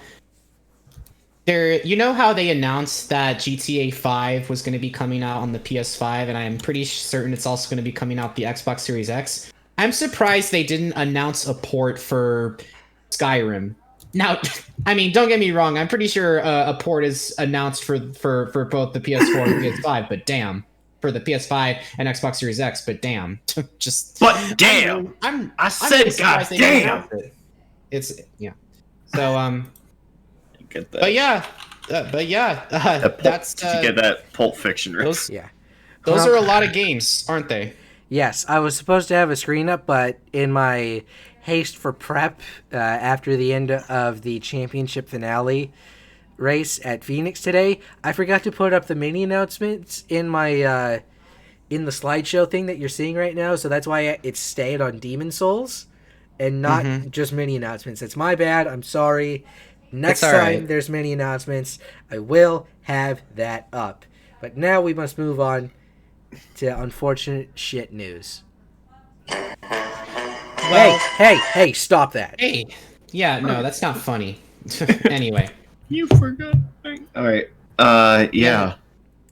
We unfortunately begin our film segment with yet another death in the celebrity world, and I forgot what you were putting first. That's my bad. And I forgot what you were putting. And right after the announcement of our new administration too. Just when you think 2020 was going to at least end on a high note, Alex Trebek, the world-renowned host of Jeopardy, has sadly passed away earlier today after battling stage 4 pancreatic cancer since March of last year. He died peacefully in his home, surrounded by family and friends. He was 80 years old. Jeopardy has been a part of many people's lives, and just like Wheel of Fortune, which usually comes on right after Jeopardy, everyone knew who Alex Trebek was. He was a charismatic host, charming, friendly, and he stayed with the program, and it seemed that he loved doing what he loved, telling people whether or not the question was right, since contestants already knew what the answer was. With over 8,000 episodes aired, the daily syndicated version of Jeopardy has won a record 39 Daytime Emmy Awards as well as a Peabody Award. In 2013, the program was ranked number 45 on TV Guide's list of the 60 greatest shows in American television history. Should have been Jeopardy higher. has also Jeopardy has also gained a worldwide following with regional adaptations in many other countries. The daily syndicated series 37th season premiered on September 14th, 2020. Alex would be giving updates on his condition on occasion, telling us how he has been doing since his prognosis, but through that, he never lost his smile or his charm, and he always wanted to make sure that, though we were worried about him, that we were okay. On one episode in 2019, during the final Jeopardy segment, one contestant put their final answer as, "What is 'We love you, Alex,' which caused Trebek to choke up during the show, causing the internet to explode. I remember watching the greatest of all time series where Ken Jennings, a 74 round day-to-day winning streak contestant who won millions of dollars off the regular show, had matches with two other great opponents, Brad Rutter and James Holzhauer, and won 3 matches against both of them, winning the tournament, saying Alex wasn't just the best ever at what he did. He was also a lovely and deeply decent man, and I'm grateful for every minute I got to spend with him." Trebek would also joke that if he were to retire, he would ask Betty White to take over for him, causing the audience to laugh. Whether he would live out interesting to see. Whether he would live out his contract or not, he would not get the choice. But if anyone knows the game as well as he does, it's Ken Jennings. He could probably be the next host. But sadly, that's not up for me to decide. Rather, it's up for the producers on who they want to pick as their next show host. However, the key here thing is that Trebek, if not as a host, then most certainly as a human, is irreplaceable. He was on many guest appearances on various TV shows, not just his own, and played in all sorts of media, where all you have to do is look on Google or YouTube, and you'd be surprised as to how many guest appearances he's made. Oh yeah. Hold on. I want to bring this up real quick about your TV and media appearances. I'm saying this now because I'll forget it later. There was an early season Family Guy cutaway where Adam West was on Jeopardy, and wouldn't you know who voiced Alex Trebek? Was Alex Trebek. Of course. And this gag was actually later referenced on an actual episode of Jeopardy. So the gag was, love it. who is Keepert Zella, and then Alex Trebek gets sent to the 5th dimension because saying his name backwards is the only way to send him back to the 5th dimension. And then a couple years later, on an actual episode of Jeopardy, the guy who wrote this down, he had $1. We're really rooting for you. Wrote down what is Keepert Zella, and it's like because Trebek had done so many episodes and done so much, he didn't understand it at first. But then it's like, oh yeah, no, it's like, no, I'm not being sent to another dimension. I'm human. I'm right here. So he would recognize the gags that he was in, and that's something that not a whole lot of people do. Anyway, yeah, continue. I love the point when like you're featured in another thing and you're also in on it. That's really cool to see. I also wanted to mention, I didn't realize that this was going to be, remember that it's going to be first, so I guess apologies for my little gag there. I was looking at Chick Fight while we had done that, but I did make the visual for this, and I did put some respect on the name, which I know I didn't do with Eddie Van Halen. I didn't put his full name on there, but I've decided I'm going to start doing this. I'm going to put the full, born with name, and that is George Alexander Trebek, OC, which means Order of Canada, which is basically like being knighted, but for Canada, for achievements. Believe it or not, Alex Trebek is from Canada, so. God damn it. Yeah, he was born in... That's another Canadian legend we lost this year. Yeah, he was born in Ontario. I believe Sudbury specifically. Yeah, his alma mater, University of Ottawa. So, yeah. 80 years of life is a rather long time, but even in those 80 years, he was an inspiration to many of us. He received letters upon letters of support, hoping that his treatment was going well, and it truly breaks my heart that he's gone. I think that he will be irreplaceable in terms of personality, but we should remember him for who he was, a kind, lovable personality on day-to-day television every night, giving the answers to the players who have to ask the question, teaching us things every night through the game. We'll remember his answers, we'll remember the questions he requested from us, and we'll remember him always. Godspeed, Alex. Godspeed. Yeah. I think that beautiful bastard. Godspeed, you bastard. God, I forget exactly what I was going to say, but I think that the message is that, you kind of feel like this is a thing I think a lot of people can relate to, and they feel like they somehow have this kind of, as one-sided as it is, this kind of relationship you form with people that you just see every day. It's going to be really hard to see if it continues. I remember what I was going to say, but I'll just finish my little bit. You have, you just see this person every day, and you kind of interact with you just interact with them by virtue of watching them lead the show. The little bit that I just remembered was something that I really it gives me joy to see this happen. So Alex Trebek, back, I think it was shortly after his diagnosis, or sometime after the diagnosis of pancreatic cancer, he said that he was going to keep doing the show because he was contractually obligated to until 2022 or 23. So he's like, well, I can't stop doing the show. I'm contractually obligated to. So that's kind of like you'll love when like people have that kind of sense of comedy. You kind of have to, because how it is like death gets the last laugh, but until then we get to make as much fun as we want at death's expense. So I love that. I love that little gesture he did, and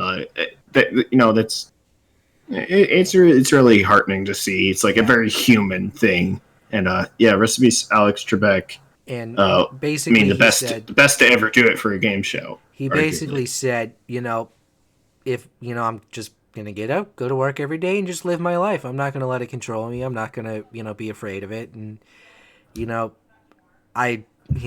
died doing what he loved, I guess. And he did. We also got a tweet from Pat Sajak. I'm pretty sure you guys know who Pat Sajak is. You mean Sat Pajak?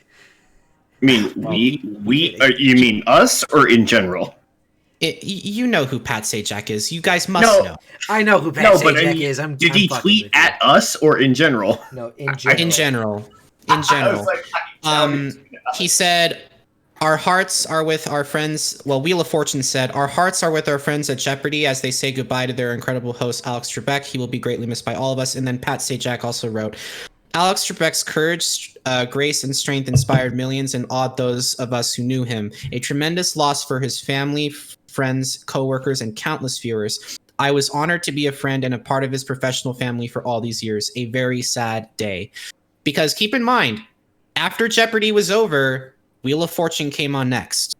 Isn't that always interesting? It's always been like that. It's always been like that. It will continue to be like that. So it's also and it's also nice to have as much as not a formality, but like you expect, other celebrities to say things, but because it's how you said that Wheel of Fortune comes on right after Jeopardy, that they, pay respect to who would in many respects be called a rival, or is an attention, regards to attention to who's paying attention to what show.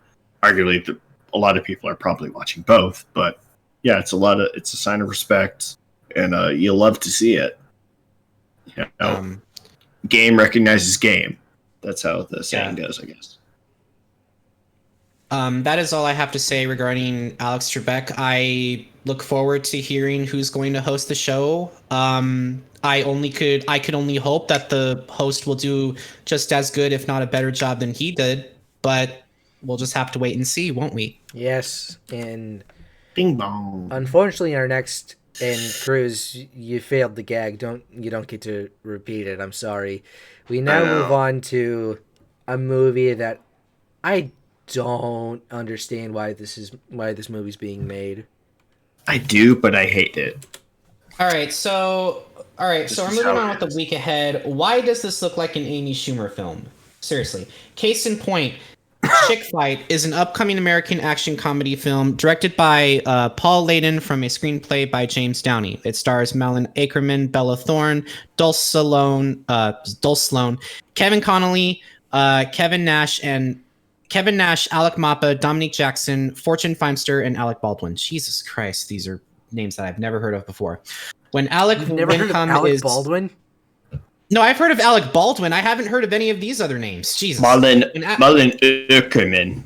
When Anna Wincombe is introduced to an underground all-female fight club in order to turn the mess of her life around, she discovers she is much more personally connected to the history of the club than she could ever imagine. And as for a plot synopsis, sadly, that is all that there is. The film is directed by Paul Layden, which I think is probably his first big break, considering he's been with some A-list actors, but of course, it's quality that counts. That there's really not a whole lot to say about this film. If you're looking for your average quality chick flick film to take your partner to, this is the film for you. And while I won't say the film looks awful, there's really not much going for it for me. The film releases November 13th. Naka, Krüz. I mean, here's the thing. You say that you say that it looks like an Amy Schumer film, but it has plot. Also, I think the Amy Schumer film, the Tell Me I'm Pretty, or some other stupid bullshit, that was, she got hit once and had a delusion that people paid attention to her, which is kind of just projecting what she is. My comedy routine. Step 1, get drunk. Step 2, say pussy a lot. And that's it. Talk about my vagina. Like, that's comedy, right? No, it's not. Yeah, this is kind of just like, this is stupid, pass. That's really just what this movie is. Naka. I already said it. That's all? That's it? That's all you have to say? Yeah. It's shite. It can also be the same can also be said for the next film, so I don't need to talk about the next one either. Shut up, I mean, at least the next film looks entertaining, to say the least. Yeah, well, guys, you know what time it is? It's time to celebrate Christmas earlier than usual. Fatman is an upcoming American dark comedy action film written and directed by Isham Nelms and Ian Nelms and starring Mel Gibson, Walton Goggins, and Marianne Jean-Baptiste. David Gordon Green and Danny McBride serve as executive producers on the film. To save his declining business, Kris Kringle, also known as Santa Claus, is forced into a partnership with the U.S. military. Making matters worse, Kris gets locked into a deadly battle of wits against a highly skilled assassin hired by a precocious 12-year-old after receiving a lump of coal in his stocking. Now, before I get into my thoughts, I just want to say you have Mel Gibson and Walton Goggins in the same movie. Good start. You done good. Now, having said this, you fucked it up. I have to make a declaration. What the fuck is this? No, seriously, what the hell am I watching right now? This trailer must be a joke. It must be.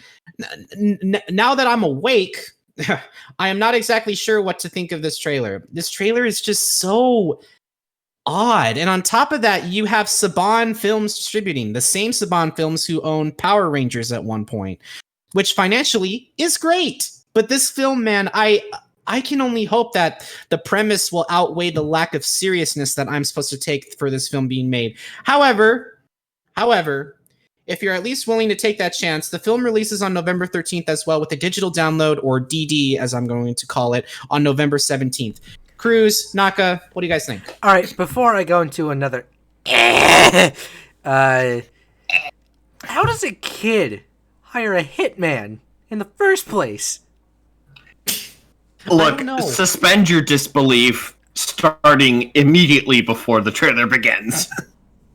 I mean, suspend our disbelief. We already disbelieve that Santa Claus exists. So, well, I mean, besides that one point,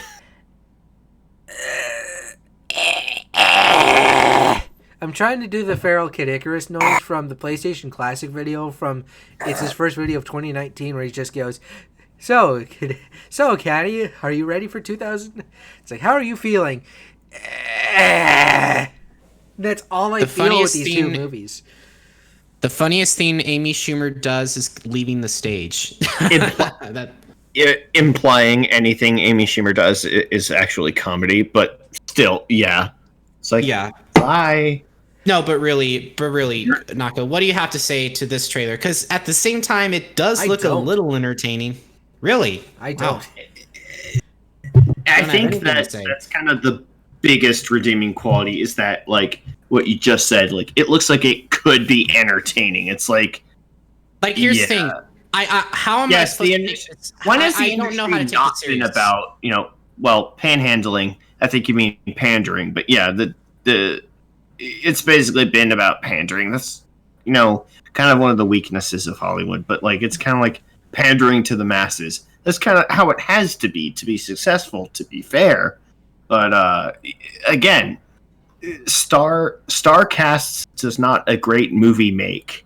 I think we can say that as a saying, because as much as I love Walton Goggins. I love Walton Goggins, and here's the thing: star power does not. I need to make this clear. Star power does not make a good film. It's the acting and writing and the editing of scenes together. And again, you're what the remembering direction's that going. this Alec Baldwin, who was recently mentioned, was also in Boss Baby. Let's Exactly. just revive that memory. So, freaky. I mean, like I said, Fatman. It looks. I mean, I can only hope it's going to be good. I don't have much hopes for it, so we'll see what happens. We'll honestly see what happens, because let me tell you, I don't even know how I can take this film seriously. But hey, I don't know. maybe that's the reason why it'll be a good film. We'll just have to wait and see. Subverting expectations. As I said before, released November 13th, and it gets a DD on 17th. We're moving on. We're gonna move on. All right. Let's get freaky. Let's move on to a good movie. I like what this person. I like the director of this. I've liked his previous films. Gonna put that on record now. Go ahead. I just like Vince Vaughn. It's time to see what spoop that Blumhouse Studios has decided to come out with this time. Freaky is a 2020 American supernatural slasher comedy film directed by Christopher Landon from a screenplay by Landon and Michael Kennedy, starring Vince Vaughn, Catherine Newton, Katie Finnernan, Celeste O'Connor, and Alan Ruck. Tormented high school Millie Kessler becomes the newest target of Barney Garris, an infamous serial killer known as the Blissfield Butcher, during her senior year. When the killer's magic dagger causes her to swap bodies with him, Millie discovers she has only one day to reverse the switch before it becomes permanent. Hunted by the police, who are determined to catch the infamous Butcher, Millie must find Garris, who is using her body to target her classmates at homecoming. The title, if you couldn't already notice, is essentially a horror version of Freaky Friday, only it involves murder, blood, and scary themes. The film is directed by Christopher Landon, known for directing the Happy Death Day films that are at the very least decent flicks. The films got interestingly enough, got really well received reviews. To be a director, they got decent, were at very least decent flicks. This film interestingly enough, got really well received reviews. To be a director, sometimes you have to start somewhere in order to get to where you want to go, even if it's shit. Case in point, the film at the very least does look entertaining to watch. You have star power Vince Vaughn in the role, so there's no reason why this film shouldn't be at the very least uninteresting. If you're a horror fan or just looking to pass the time with this film should do it justice. The film releases on November 13th. Naka, Krüz, go. I'll let Krüz take it away first. Yeah, as some ideas, first of all, I had doubts, and I haven't seen the movies, but I had doubts about the Happy Death Day 1 and 2 movies, but it seems that a YouTube channel that I follow, Dead Meat, of course, hosted by James A. Janice, is a very entertaining YouTube channel for those who just love. And I recommend this to Scarfy if you haven't watched that. It's good he focuses on horror movies, of course, but he does get into the behind-the-scenes stuff and all the actors and everything that goes into it.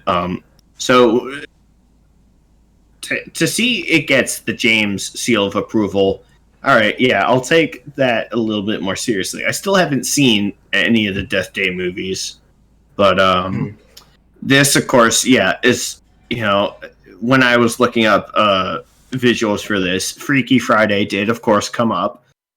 So yeah, I think it's kind of. I don't know how to say this, but the trailer just really looks like it looks like the movie is going to be exactly how it's presented. Like, it's presented as like a tongue-in-cheek slasher comedy. It's like that's exactly what's going to be received as, I think. Again, Dead Meat James recently covered this was something that you reminded me of when you said your first film, you got to go with it even if it's shit. I was gonna give you a good example. I mean, look at Robert Pattinson. He got so much shit for playing this one character in a series that made a whole bunch of money, and it was the character was bad. And now look what he's doing. He's playing Batman. So yeah. Well, I guess I mean more for the directing role, but I get what you mean. The whole thing is that the Dead Meat, the channel I just mentioned, they recently covered Basket Case, which was an early 80s slasher film, basically filmed on, I think it was like a $35,000 budget, and it really shows, but what they did with it was pretty insane. Sometimes you have to start at the bottom, and you sometimes have to find tricks around it, and like sometimes you get lucky. But this is Blumhouse is obviously big into horror, whether it be comedy horror or horror. This one looked kind of interesting. It kind of got a little corny to me, but still, I'm like, yeah, still, you have my attention just a little bit. Okay, and as for you, Naka, I loved the Happy Death Day movies. Yeah, on the surface they seem kind of interesting and maybe weird, but with the acting and the writing, it really sells the movie to me. And in this case, you have an A-list actor with Vince Vaughn as a character. It's a recipe that's leading up for good success, in my opinion. And when I initially saw this trailer, I was very, very happy to see it because it looks like it's going to be a great film. The director really sold me on his movies with Happy Death Day and Happy Death Day to You. So I really hope that this gets good commercial success. Do you like Blumhouse Studios? Yes, I love Blumhouse Studios. They actually put out some great movies like Halloween 2018.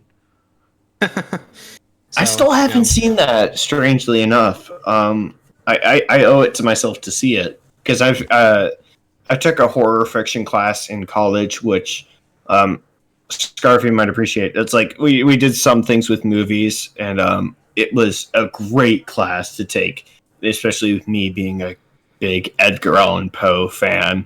I love Edgar Allan Poe, dude. Yeah, the first thing I read from was the Cask of, I can't remember the name. Amontillado? Yeah, that scared the shit out of me as a kid. And then I read Telltale Heart, and that to this day remains my favorite Edgar Allan Poe story. And again, my own Baltimore Ravens. They're called the Ravens because of Edgar Allan Poe, who was laid to rest in Baltimore, Maryland. And about the poem The Raven. All right. Yeah. Well, this looks like a good time. I can only hope it'll be as funny as well as scary to begin with. So we'll see what happens. I love that people are mixing horror with comedy. I don't know about you guys, but it just seems to work better when you mix it with comedy. I think also horror films don't have to be labeled as horror comedy because you can just put in comedy in some horror films. Like there's this infamous scene from Slither where this guy's just bitching about not having Mr. Pibb, in the car when they're like, my goddamn bread is swelling up like a lot of water balloon. I don't have no goddamn Mr. Pibb. And the driver's like, Jesus Christ, Jack, we'll get right on it.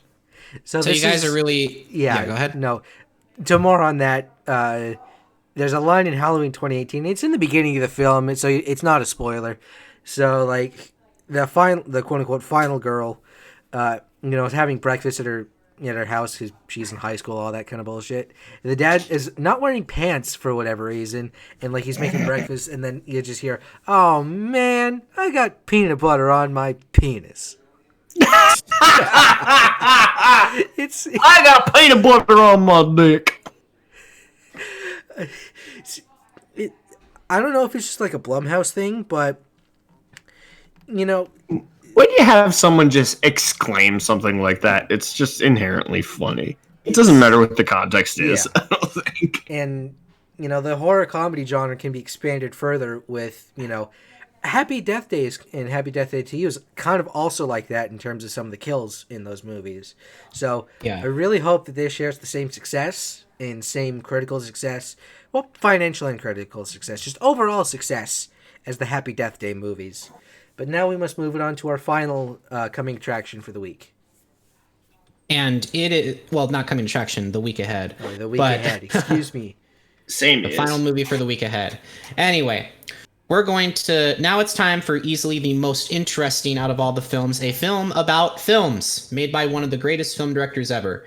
Mank is an upcoming American biographical drama film directed by David Fincher, based on a script written by his father, Jack Fincher, and is produced by Sean Chaffin, Douglas Urbanski, and Eric Roth. The film stars Gary Oldman in the title role, along with Amanda Seyfried, Lily Collins, Arliss Howard, Tom Pelphrey, Sam Trotton, Ferdinand Kingsley, Tuppence Middleton, Tom Burke, and Charles Dance. Based on the true events taking place at the end of the golden era of Hollywood, tells the story about Mr. Herman J. Mankiewicz, one of the most prolific screenwriters in history, whose high point ended by writing one of the greatest films ever made, Citizen Kane, directed by Orson Welles. The tug-of-war happens between Welles and Mank, who tries hard to fight for screenplay credit in one of the most well-known films ever made. The film follows in the same boat as another film, Hugo, directed by Martin Scorsese, which takes place in the world of cinema. It's nearing 1940 in Hollywood. A landmark case preventing block booking has essentially become a thing. When it comes to movie theaters, television is beginning to sprout everywhere. So not only are you dealing with a stigma on how to write a Hollywood movie, you're also dealing with how to do in a period of time where the golden age of Hollywood is essentially dying out. So the film is directed by David Fincher, who is also responsible for directing Fight Club, Panic Room, Zodiac, The Curious Case of Benjamin Button, scored big time with The Social Network, and also directed The Girl with the Dragon Tattoo and Gone Girl. So as you can see, he has a pretty well-developed resume. Most, if not all, of his works have gotten huge ratings across the board and have been very successful. And because of that, I don't see this film falling flat on its face. The script was written by his father, the late Jack Fincher, who sadly lost his battle to cancer in 2003 at the age of 72. So the fact that his son is bringing his script essentially back from the dead is quite surreal, considering that it's been 17 years since his death. But the film has had test screenings. It has not failed to disappoint most of its audiences. The film has been getting great reviews, and I personally can't wait to see it. The film will have a limited release in theaters in November 13th and will be releasing on Netflix on December 4th. So, guys, what do you have to say regarding this? Because this looks incredible. I guess me. Again, I think that, it might be. God, I love the Game Grumps so much, but the whole thing is just Orson Welles. The French, where he was extremely drunk for their commercial for Paul Masson champagne, which is extremely funny, but. Drunk Orson Welles is great. Sorry, I had to get up. It's very funny, yeah. But he's a great director in his own right. And again, when you have movies about movie making, it's a little. You have like the self-referential bit, of course. That's kind of how it is. It kind of reminds me of. I saw this movie so long ago. It was called 9. I don't know if that one was as good, but it's like trying to find inspiration for your own movie. Yeah, the movie, it wasn't that entertaining to me. But No. yeah, when you have, and again, something we kind of had to pay attention to, you're committed to having it in the very old school style of not only just black and white, but a lot of the I think in the trailer at one point, it just like has the, not zoom in, but like it so low focuses on Gary Oldman's face at one point. Mm-hmm. So there's that. And again, Gary Oldman had I just want to remind people, had an amazing role in Darkest Hour. I thought his acting was absolutely phenomenal. Like, he just channeled Winston Churchill. Well, Winston, not Wilson. Winston Churchill. He channeled it. Yeah, he was did Sirius an Black in excellent Harry job. Potter. He Yes. was Commissioner Gordon in the Batman in the Dark Knight trilogy. So Commissioner, where did he go, Gordon? Yeah, I like that they had a reference to that in the only Arkham game I played, which Arkham Knight, where I think it's like some part at the beginning of the game where he's talking and then he turns around and he's like, every fucking time with this guy. He says something like that, because Batman, of course, always leaves before he's done talking. But yeah, this does look like a genuinely interesting movie, and also very faithful to like the old school style. I dig that. yes, I agree. Naka, what do you have to say? Taking the vintage golden era of Hollywood cinematography with stuff like Hitchcock and all along those lines. Definitely not a film for me. But in terms of like cinematic buffs and talking about film tropes of the time, it's kind of, my smooth brain wouldn't really comprehend that, but I can totally understand what audience are saying about the movie and its style and the writing of it. I understand why people enjoy it. Again, not necessarily my movie, but when you have David Fincher, who's directed all of these great films, you're in good hands. That's all I can say. Yeah. Oh, and that's you all want to know State something? Stands. Are you in good hands? Oh, and you want to know something really amazing? The camera that they're using for this film is the Red Monstro monochrome. So they're actually using a camera that is made to be shot in black and white. There's no color with this camera. I think that was the thing that, and again, I didn't see the movie, but again, shout out to Dead Meat. I saw his coverage of The Lighthouse, which was shot not only in like the shot with the actual old school camera, but also shot in, I think, 4:3 aspect ratio. That was intended to make it feel a little bit more cramped, which was kind of adds to the whole vibe of it.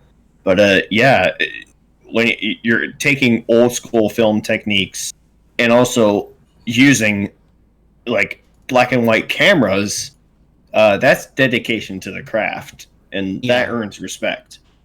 Yeah, so I can't wait for this film to come out on Netflix, because let's be honest, I am not going to the movie theater anytime soon to see a movie that I don't blame you. I don't blame myself at all. But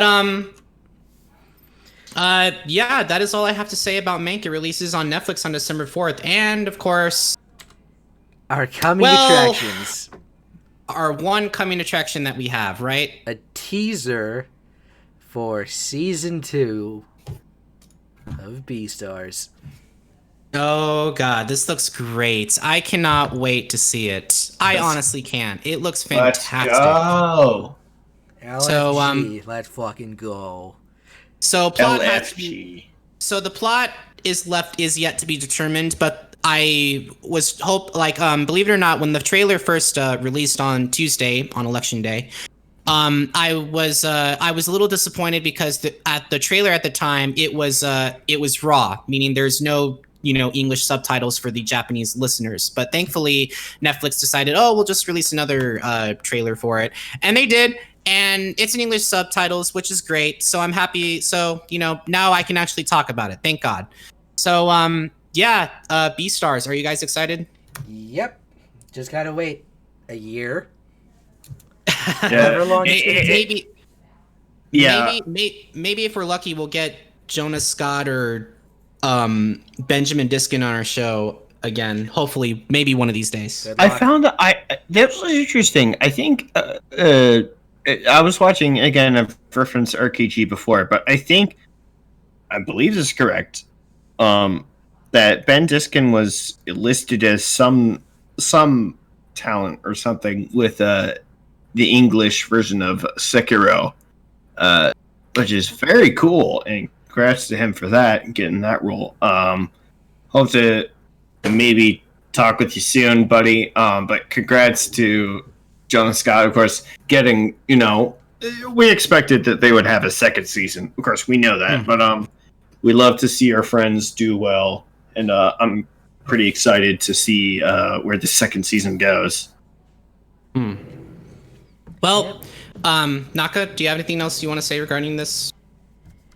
Nope, because I kind of want to keep my mind as untainted as possible when it comes to this. Okay.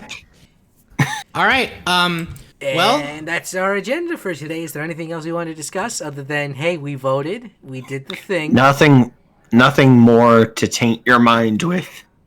Not really. I mean, I'm just kind of tired, honestly, because I just feel like the month I don't know about you, but now that we got to like November, I feel like everything just is kind of slowing down. I don't know. There's just a lot to. Yeah. Daylight saving time happened last week, which is bullshit, by the way. Well. Yeah, it's bullshit, but it gave me an extra hour of sleep, so there's that. It does that one good thing once every year. Not much else to say regarding anything else. I mean, we voted, we won the election. We're still trying to. Our mind is in better places right now. It's been a good week.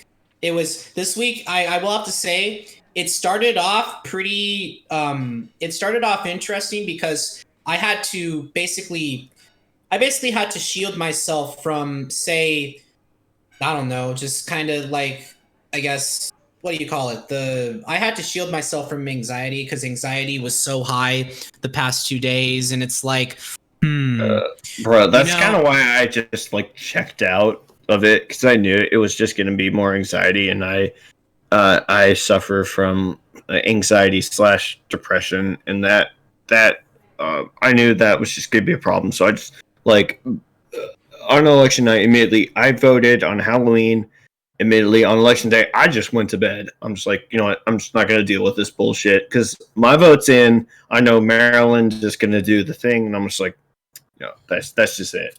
Yeah. So they pulled through. So, not much else to say, really. It's been an interesting show. It was a pretty long show. We'll give it that. I had a lot of fun. I don't know do you have any plans going on for next week, Naka? It's pretty quiet on your week. No.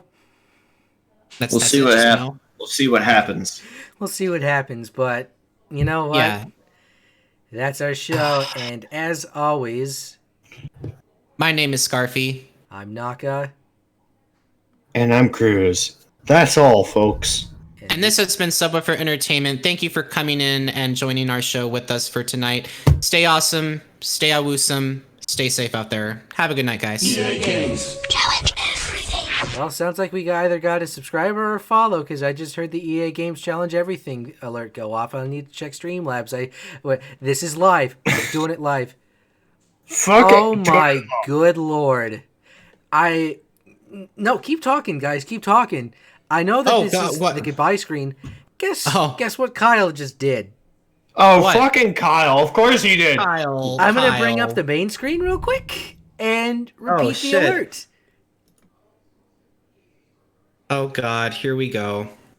Garbage and ahoy, come on, you He donated. Another $100 to the show. Oh my god, wow. That is incredible. God, you try hard, but you champion.